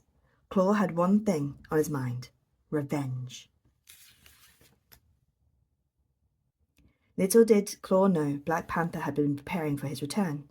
The hero told Nakaya and Okiye to go to his lab, grab the metal sphere on his desk, and be ready for his signal. Then Black Panther led giant lorries loaded with long vibranium rods out of the city. "This way, towards the energy spikes," commanded Black Panther. They would cut Klaw off on his way to Wakanda. "Quickly, get into your positions," shouted Black Panther. The vibranium sound-absorbing properties had the power to destroy Klaw's sonic form. It was the only thing that could stop his underground charge to the palace. "Now!" cried Black Panther. The trucks plunged the vibranium rods straight into the earth. Boom! Klaw ran into the vibranium rods underground and jolted back violently. As he flew up from the dirt, Klaw cried out in pain. Ah! Black Panther leapt off the truck and approached the motionless Klaw. Suddenly, Klaw sprang to his feet. The two enemies squared off. Black Panther versus Klaw, the ultimate showdown. Hello, old friend, taunted Klaw. It was actually heading to the palace to see you. But I guess this place is as good as any to find and destroy their heir to Wakanda's throne. Funny, replied Black Panther. I don't plan on giving up my throne any time soon. Boof! With a mighty kick, Black Panther sent Klaw flying through the air. Klaw didn't stand a chance. Well, at least that's what Black Panther thought. But Klaw had a powerful sonic arm. It could send blasts of pure sound to stun his enemies. Klaw drew back his arm as it began to whir with power. The villain launched a thunderous blast towards Black Panther, slamming the hero to the ground. Ha ha ha ha! Klaw's laughter echoed through the valley. Klaw approached Black Panther, who lay on his back, groaning in pain. Silly child, when you destroyed my arm all those years ago, I vowed to take my revenge on the nation of Wakanda, and your end shall be my final act. Like a flash of lightning, Black Panther's legs smashed into the villain. You talk too much, growled Black Panther, as he watched Klaw's body soar through the air. It was exactly what Black Panther had planned. Nakia, okay, the spear. The Doramaji warriors had been hiding in a bush waiting for Black Panther's signal. Okai's eyes narrowed. Don't mess with Wakanda, she cried.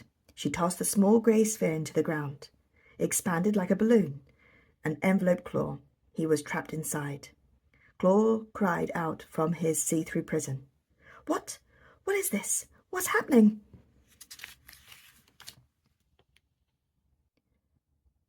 Black Panther placed his hands on his hips proudly.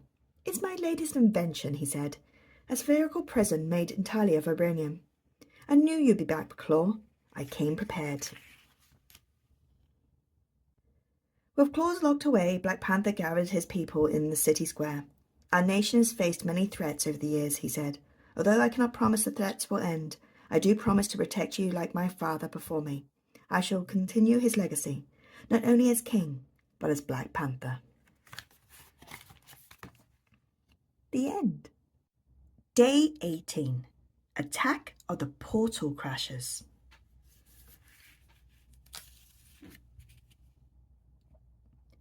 Boom! A tremendous noise echoed through the streets of New York City. The ground shook so hard that car alarms went off and stray cats hid. Spider-Man looked down, his spidey sense on high alert, and spotted Iron Man battling a strange feathery villain. It was Spidey's old enemy, the Vulture. Spider-Man swooped in to help. Working together, Spider-Man and Iron Man defeated the Vulture in no time. Thanks, kid, Iron Man said. We make a pretty great team. You're welcome, Mr. Stark, replied Spidey. Please, Mr. Stark is my father, Iron Man joked. He put his arm around Spider-Man. You know, some of the greatest victories have been won by heroes working as a team. Like the time Cap, Falcon and I teamed up to fight Hydra, or when Widow and Hawkeye took down AIM. Every hero has certain strengths and weaknesses. Well, I usually work alone, Spider-Man explained. I don't think I've earned my place among the real heroes yet. There's no shame in needing a little help, Iron Man said with a smile. See you around, kid. As Iron Man rocketed away, Spider-Man had an idea. What if he threw a party for them? They deserved it. They saved the world every day, after all. That night, Spider-Man went home and took off his suit. At home, he could be just regular old Peter Parker. The more Peter thought about it, the better he liked the idea of throwing a party for the other heroes. A great party would definitely impress the Avengers, he thought. Peter immediately got to work. He wrote invitations for all the superheroes he could think of. He knew Central Park would be the perfect place to host the party. It was going to be awesome.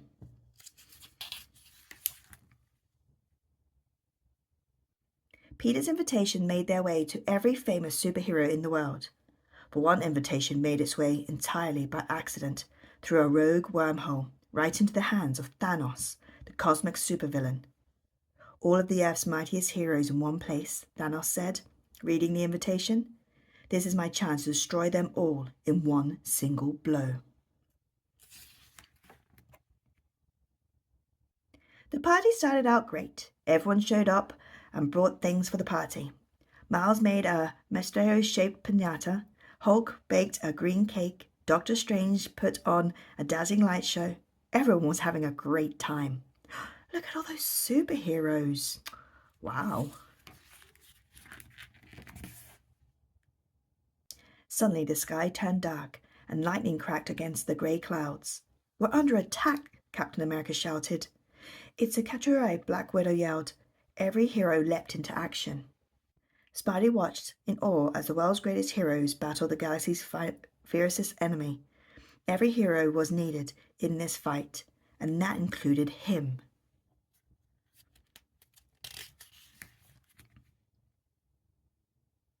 The greatest superheroes in the world, including Spider-Man, fought long and hard. Soon the tide of battle was turning. Fallen cyborgs littered the ground.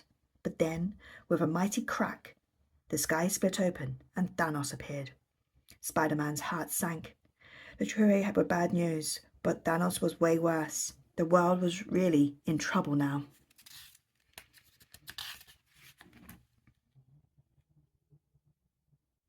Suddenly, Spider-Man remembered that Iron Man had told him some of the greatest victories had been won by heroes working as a team.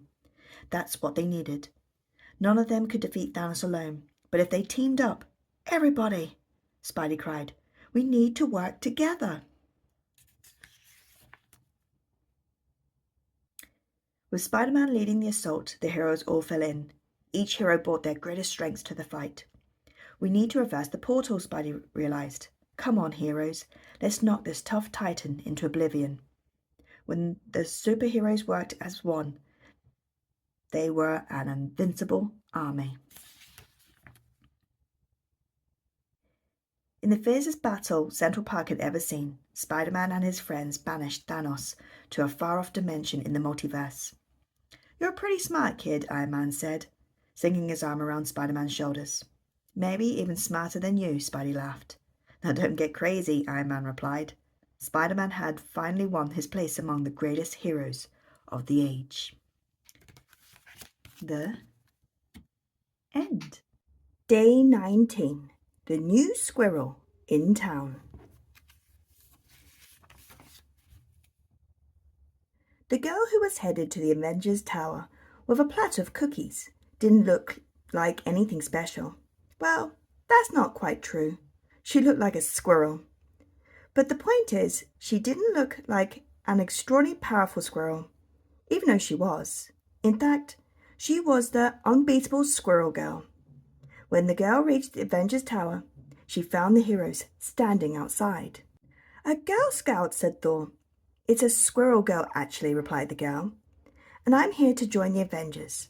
I made cookies, see? Doreen Green, said Iron Man, recognizing her. Thor, this is no Girl Scout. Doreen has the powers of a squirrel. Squirrel Girl nodded eagerly as Thor took a cookie. Yep, and I bring... Suddenly, Bruce Banner's gadget went off. My readings are showing a mysterious fog taking over the city, said Banner. Avengers assemble. Captain America commanded. The Avengers took off with Squirrel Girl hot on their heels. No way, Girl Squirrel, Iron Man shouted back.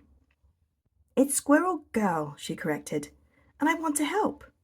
Bruce Banner took Squirrel Girl to one side. Look, I'm sorry, Doreen, but you aren't battle-tested, he said. But, spluttered Squirrel Girl. Banner shook his head. Go home. Then with a huge roar, he turned into the Hulk and joined the other superheroes. Squirrel Girl was left all alone. I know I can do it, she said. Why won't the Avengers take a chance on her? Her shoulders slumped and her heart sank. But you can't keep a good squirrel down. Squirrel Girl knew she could be a great superhero. Let's do this thingy, she said, chucking the cookies in the bin. It wasn't long until Doreen reached the thick white fog. It was so dense she couldn't barely see. Something isn't right here, Squirrel Girl said. This fog seems unnatural. What's causing it? I need to get a better look. With the agility of a superpowered squirrel, she launched herself into the side of the skyscraper. Up, up, up she climbed, until she was above the fog. Meanwhile, in the middle of the fog, the Avengers were busy saving the day. Iron Man and Falcon swooped through the air while shouting orders down below. Captain America and Black Widow protected civilians. Hulk picked up cars and placed them in parking spots like they were toys. Thor stood at the center of the street trying to stop the fog with his hammer. Lightning and thunder erupted from his mighty weapon into the sky. But the harder he tried, the thicker the fog became. Using her enhanced squirrel vision, Squirrel Girl gazed out over the streets of Manhattan. Now, if I were an evil weatherman, where would I be? Bingo! The fog had cleared enough for Squirrel Girl to see masked men running into a shop. Gross! Who wears green to a robbery? And OMG, it's Hydra. Squirrel Girl had read about these guys.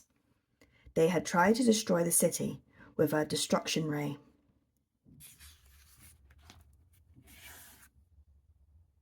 This is big, said Squirrel Girl quietly.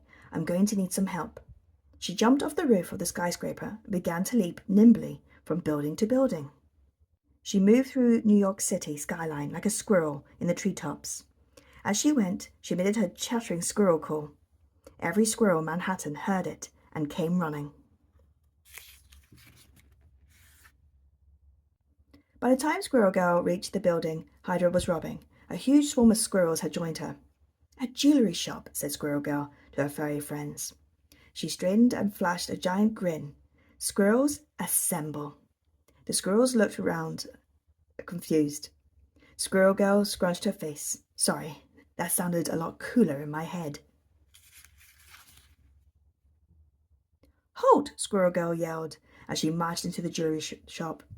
The Hydra goons stopped in their tracks. That's a lot of squirrels, one of them said worriedly. You better believe it, said Squirrel Girl. Get 'em, guys! Squirrel Girl and her army of squirrels attacked. The fight was soon over. As Squirrel Girl was tying up the villains, she stood on a weird gadget, crushing it under her foot. A weather machine, cried Squirrel Girl. I knew it. You guys created the fog. But what were you stealing?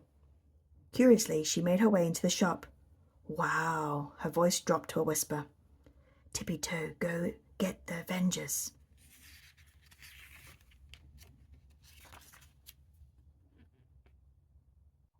A while later, the Avengers came running into the jewelry shop. Where is Squirrel Girl? Asked Iron Man. In here, guys, cried Squirrel Girl cheerfully. She was splashing around in an enormous pile of sparkly diamonds. Iron Man snapped his metal fingers. The fog was a diversion. Hydra needed these diamonds for their new destruction ray. They would have succeeded too, said Cap, if it wasn't for Squirrel Girl. There's Squirrel Girl. The end. Day 20. Reptile Rampage.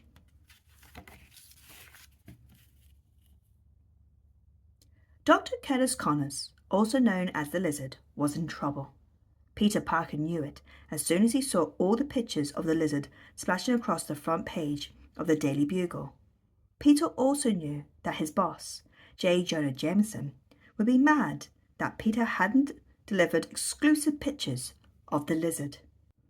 As soon as Peter walked into the Daily Bugle, J. Jonah Jameson called him into his office. Parker, the lizard is on the loose, and I need pictures, he demanded. I want a shot for the front page, and I also want a picture of Spider-Man fighting the lizard. I'm your man. I'll get you those shots, Peter told his boss.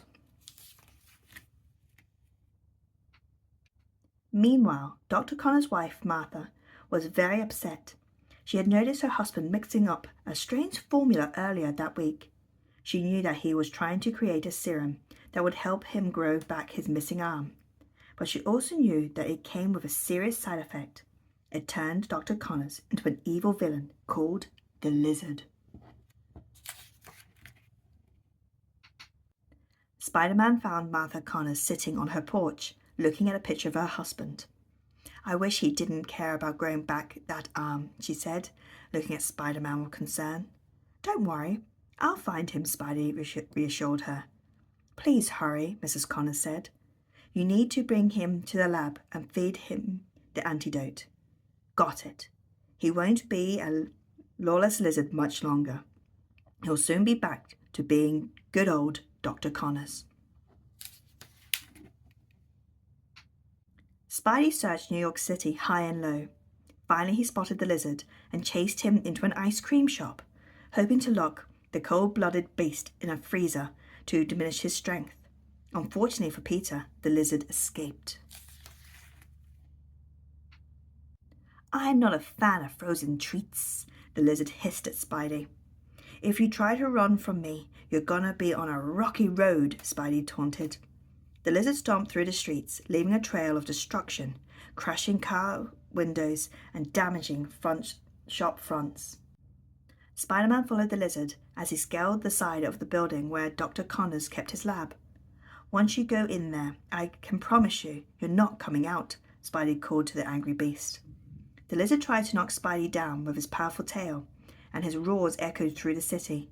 People came out from the surrounding buildings and crowded around to see the excitement. Spider-Man was going to save the day. Spider-Man found a window to climb through and made his way into the lab, grabbing the antidote. Suddenly, the lizard crashed through the door, followed by a group of angry reptiles. The lizard had given them something that let him completely control their minds. They were ready to attack. Spider-Man looked at his left and saw a giant snake slithering towards him. "Yikes!" Spider-Man shouted as the monstrous snake coiled itself around his leg. Spidey quickly fired webs at the lizard as more and more reptiles began to attack. The lizard dodged Spider-Man's webs and swung his enormous tail. Spidey flew through the air, crashing straight into a lab table. But Spider-Man kept firing his webs as he struggled to fight both the lizard and the cold-blooded fiends.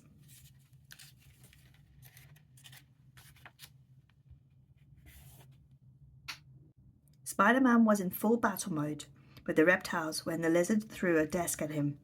"Whoa, bad lizard!" Spidey called out. "Dr. Connors, do you realize what you are doing? You have to stop the lizard." But it was pointless. Dr. Connors had no control once the lizard was unleashed. There was no use reasoning with a monster. As they thought, Spidey paused to locate the antidote. The lizard used his opportunity to unleash his final attack. He ordered the reptiles to hold Spidey down, then struck the web slinger over and over. Spider-Man fought back hard, making sure not to bump into the antidote.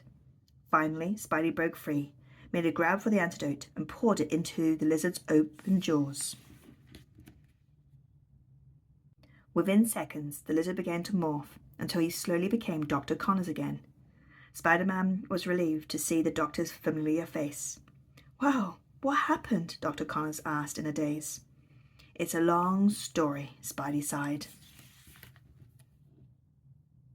Soon, Martha Connors had her husband back, and J. Jonah Jameson had his front page spread. Everyone was happy. That night, Peter came home to one of Aunt May's amazing home-cooked meals. "How was your day?" she asked. Peter didn't even know where to begin. Aunt May didn't know Peter was Spider-Man, and he certainly wasn't going to tell her about the fight with the lizard. "Don't forget to save room for dessert," Aunt May said, as Peter finished his dinner. "I picked up a tub of ice cream. Your favorite, Rocky Road."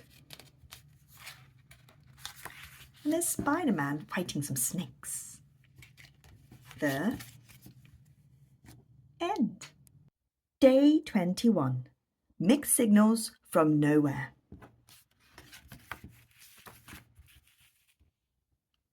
The Guardians of the Galaxy had just landed on a space station called Knowhere when an argument erupted between Star-Lord and Drax. "You never have my back," shouted Star-Lord. "Why would I have your back?" shouted Drax. "You are being ridiculous. Leave me alone. Don't think I wouldn't fight you." "I'm not scared of you," said Star-Lord, scoffing.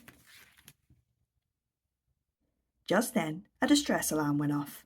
"Phew, saved by the bell," thought Star-Lord. "It's coming from right here, on Knowhere," said Rocket curiously. "Well, is it somewhere or nowhere?" frowned Drax impatiently. Star-Lord's hot temper flared. "It's somewhere or nowhere, obviously."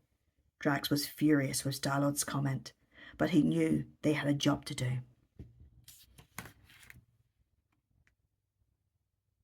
As soon as the Guardians stepped off their ship, they were shocked to discover Iron Man firing deadly blasts at a building. "Iron Man might be our friend," yelled Star-Lord, "but we can't let him destroy the space station." The heroes were dodging Iron Man's fiery blasts when a voice boomed overhead. "Need a hand?" It was a mighty Thor, who was also responding to the distress alarm. Thor swung his hammer to deflect one of Iron Man's powerful repulsor blasts. "What are you waiting for?" yelled Rocket. "You'll see," said Thor. "In 3, 2, 1. At that moment, a green blur slammed into Iron Man. "Hulk smash!" roared Hulk as he squished Iron Man into the ground. "I believe you met Hulk," said Thor. "I am Groot," whispered Groot to Rocket. "You're one to talk," replied Rocket, who was the only one who ever understood what Groot was saying. "You're pretty weird looking yourself."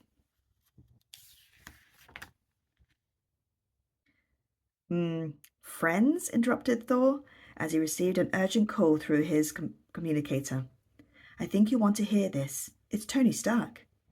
"But if you're talking to Tony Stark, then who's that?" asked Gamora, pointing to the figure beneath Hulk's hand.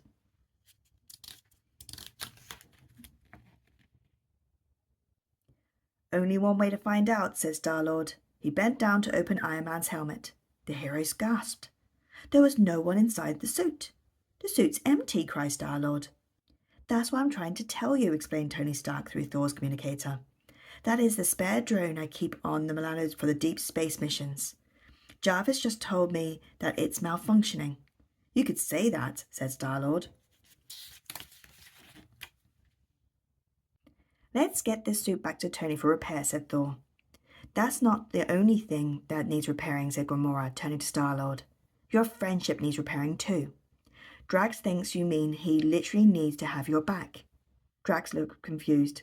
"Your back is small and weak." Star-Lord hung his head in shame. "Sorry, man, it's a figure of speech. I don't really think you need my back. I guess we were all a little mixed up today." There they are. There is Rocket and Groot, Star-Lord, Gamora, and Drax. The end. Day 22. Spider-Man.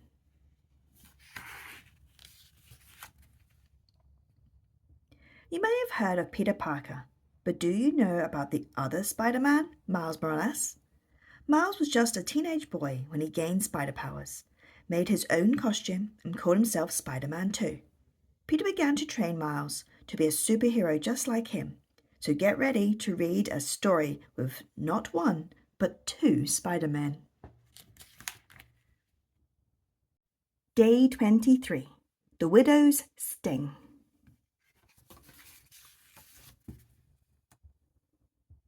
Spider-Man was casually swinging through the streets of New York City. It was the weekend, and crime fighting had been kind of quiet. Not that he was complaining. Sometimes a superhero could use a nice day of just wall crawling and web slinging. Looking down, he thought he saw a familiar face in the shadows.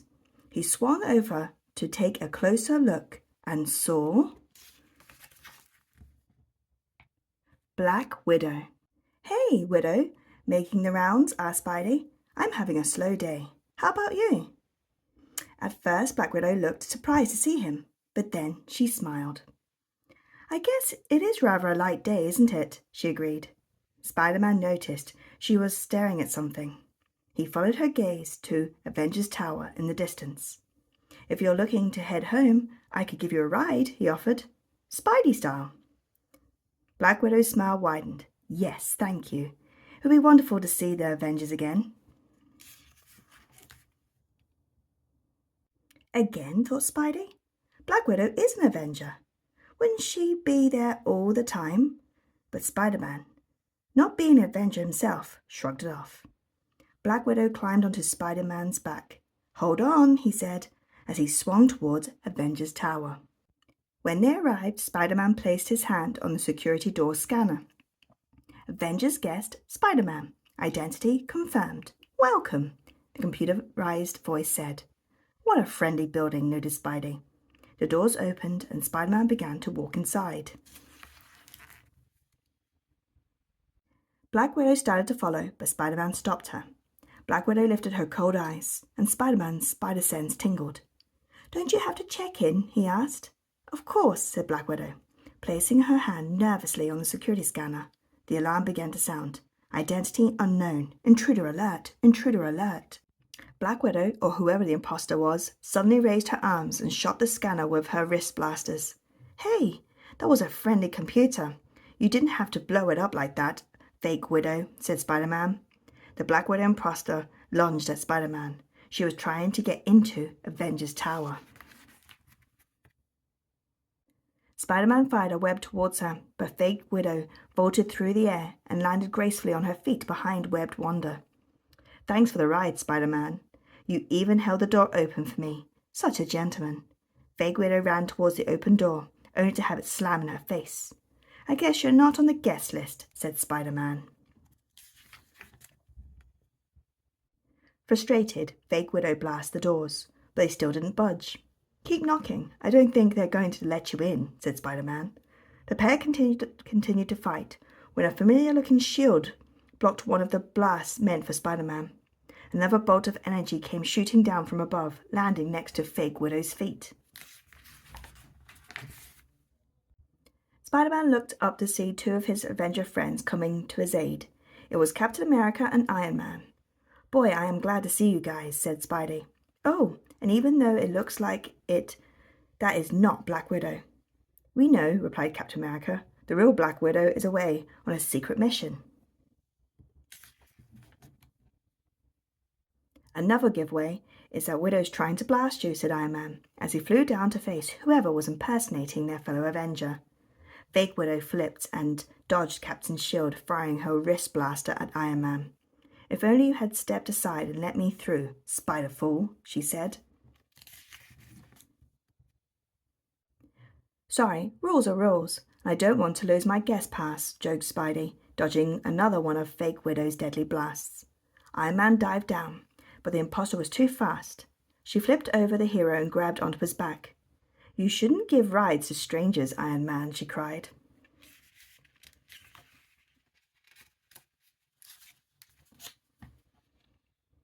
Suddenly, Captain America's shield flew from behind and struck the imposter in the back of the knees, knocking her to the ground with a thud. Swinging into action, Spider-Man quickly webbed her hands together, jamming her wrist blasters. I think it's time to find out who is behind the Black Widow mask, said Spidey curiously. Spider-Man removed the imposter's wig, and the foe's entire body changed. It was pale-faced criminal chameleon. He was a master of disguise, and his suit gave him the ability to look like anybody. You almost caused a lot of trouble pretending to be Black Widow, said Spidey. I would have got away with it too, snarled the villain, if it wasn't for you, Spider-Man. As Iron Man flew away with the chameleon, Spider-Man turned to Cap. Hope this doesn't mean I'm banned from Avengers Tower. Cap laughed. You're always welcome, son. Spidey was relieved. Good. Can we go inside now? Avengers Tower has the best video games and snacks in town. The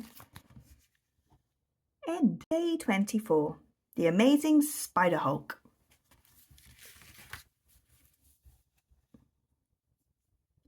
Spider-Man and the Avengers were having dinner. As the heroes ate, Iron Man challenged Hulk to an arm wrestling contest. Too easy, Hulk said, as Iron Man struggled. Spider-Man was a little jealous of his green pal. I'm strong, but I'm not Hulk strong, he thought. If I could do anything the Hulk can do, I'd be the perfect superhero. Outside the restaurant, Spider-Man watched as the Hulk tried to sign a child's autograph book and crushed the pencil. Hey, big guy, why the frown? Spidey asked. Spider-Man was surprised to hear that the Hulk sometimes wanted to be, as he put it, more puny like Bugman. Isn't that something? Spider-Man began. I was just thinking I'd rather be more like you. At S.H.I.E.L.D. headquarters, everyone saw Nick Fury standing next to a high-tech device capped by the enormous purple gemstone. Fury explained that they were there to witness the demonstration of a machine that would allow two superheroes to temporarily swap abilities. This way, they could catch supervillains off guard.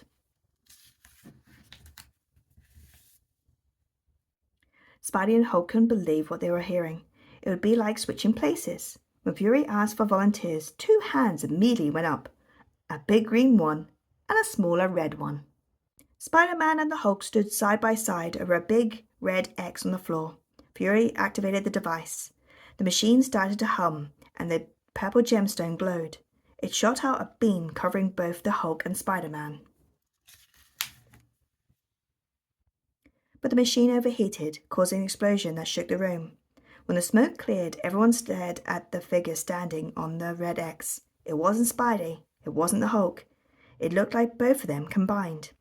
Two heroes had merged into one hybrid creature, the Spider-Hulk.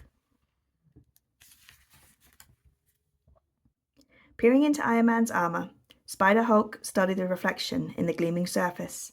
The face that stared back was familiar and yet unfamiliar. Confused and frustrated, Spider-Hulk couldn't control his feelings. "Bog, Hulk, smash!" he yelled, pounding his fists into the floor. Captain America tried to calm down the heroic hybrid.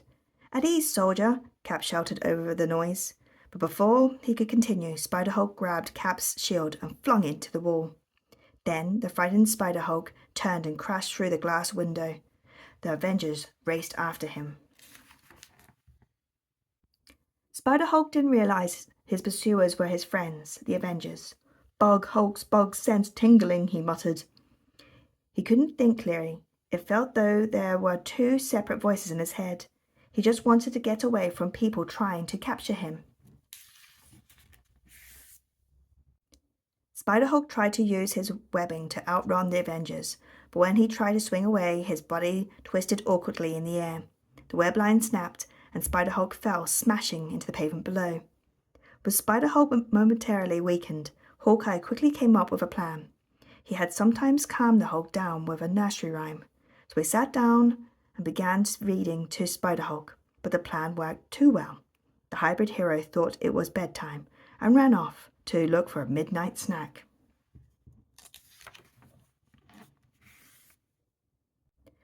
This gave Black Widow an idea.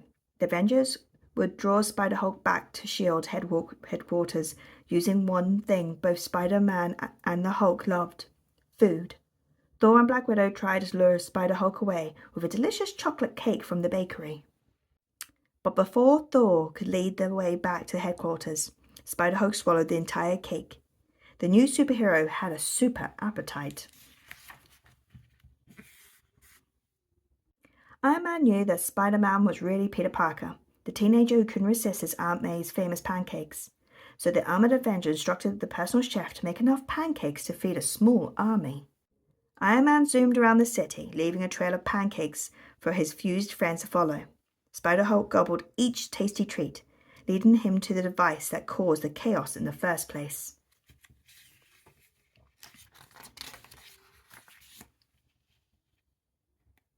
Spider-Hulk was so busy wolfing down pancakes, he didn't notice he was sitting on the big red X. As he swallowed the last pancake, Nick Fury pressed the reverse button. Once again, the purple gemstone glowed and Spider-Hulk was shot with an energy beam. When the light faded, two separate heroes stepped forth, Spider-Man and the Hulk. "I really learned something today," Spider-Man told the Hulk. I used to think I wanted to be more like you, but being Super Hulk just didn't feel like me, and I like being me." The Green Goliath nodded. "Hulk learned something too," he began. "He learned that Bugman's puny costume is bad fit on Hulk-sized body." The two friends laughed. The end. Thank you very much for joining me again today. Do come back so we can read more books together. Please like and subscribe. Bye!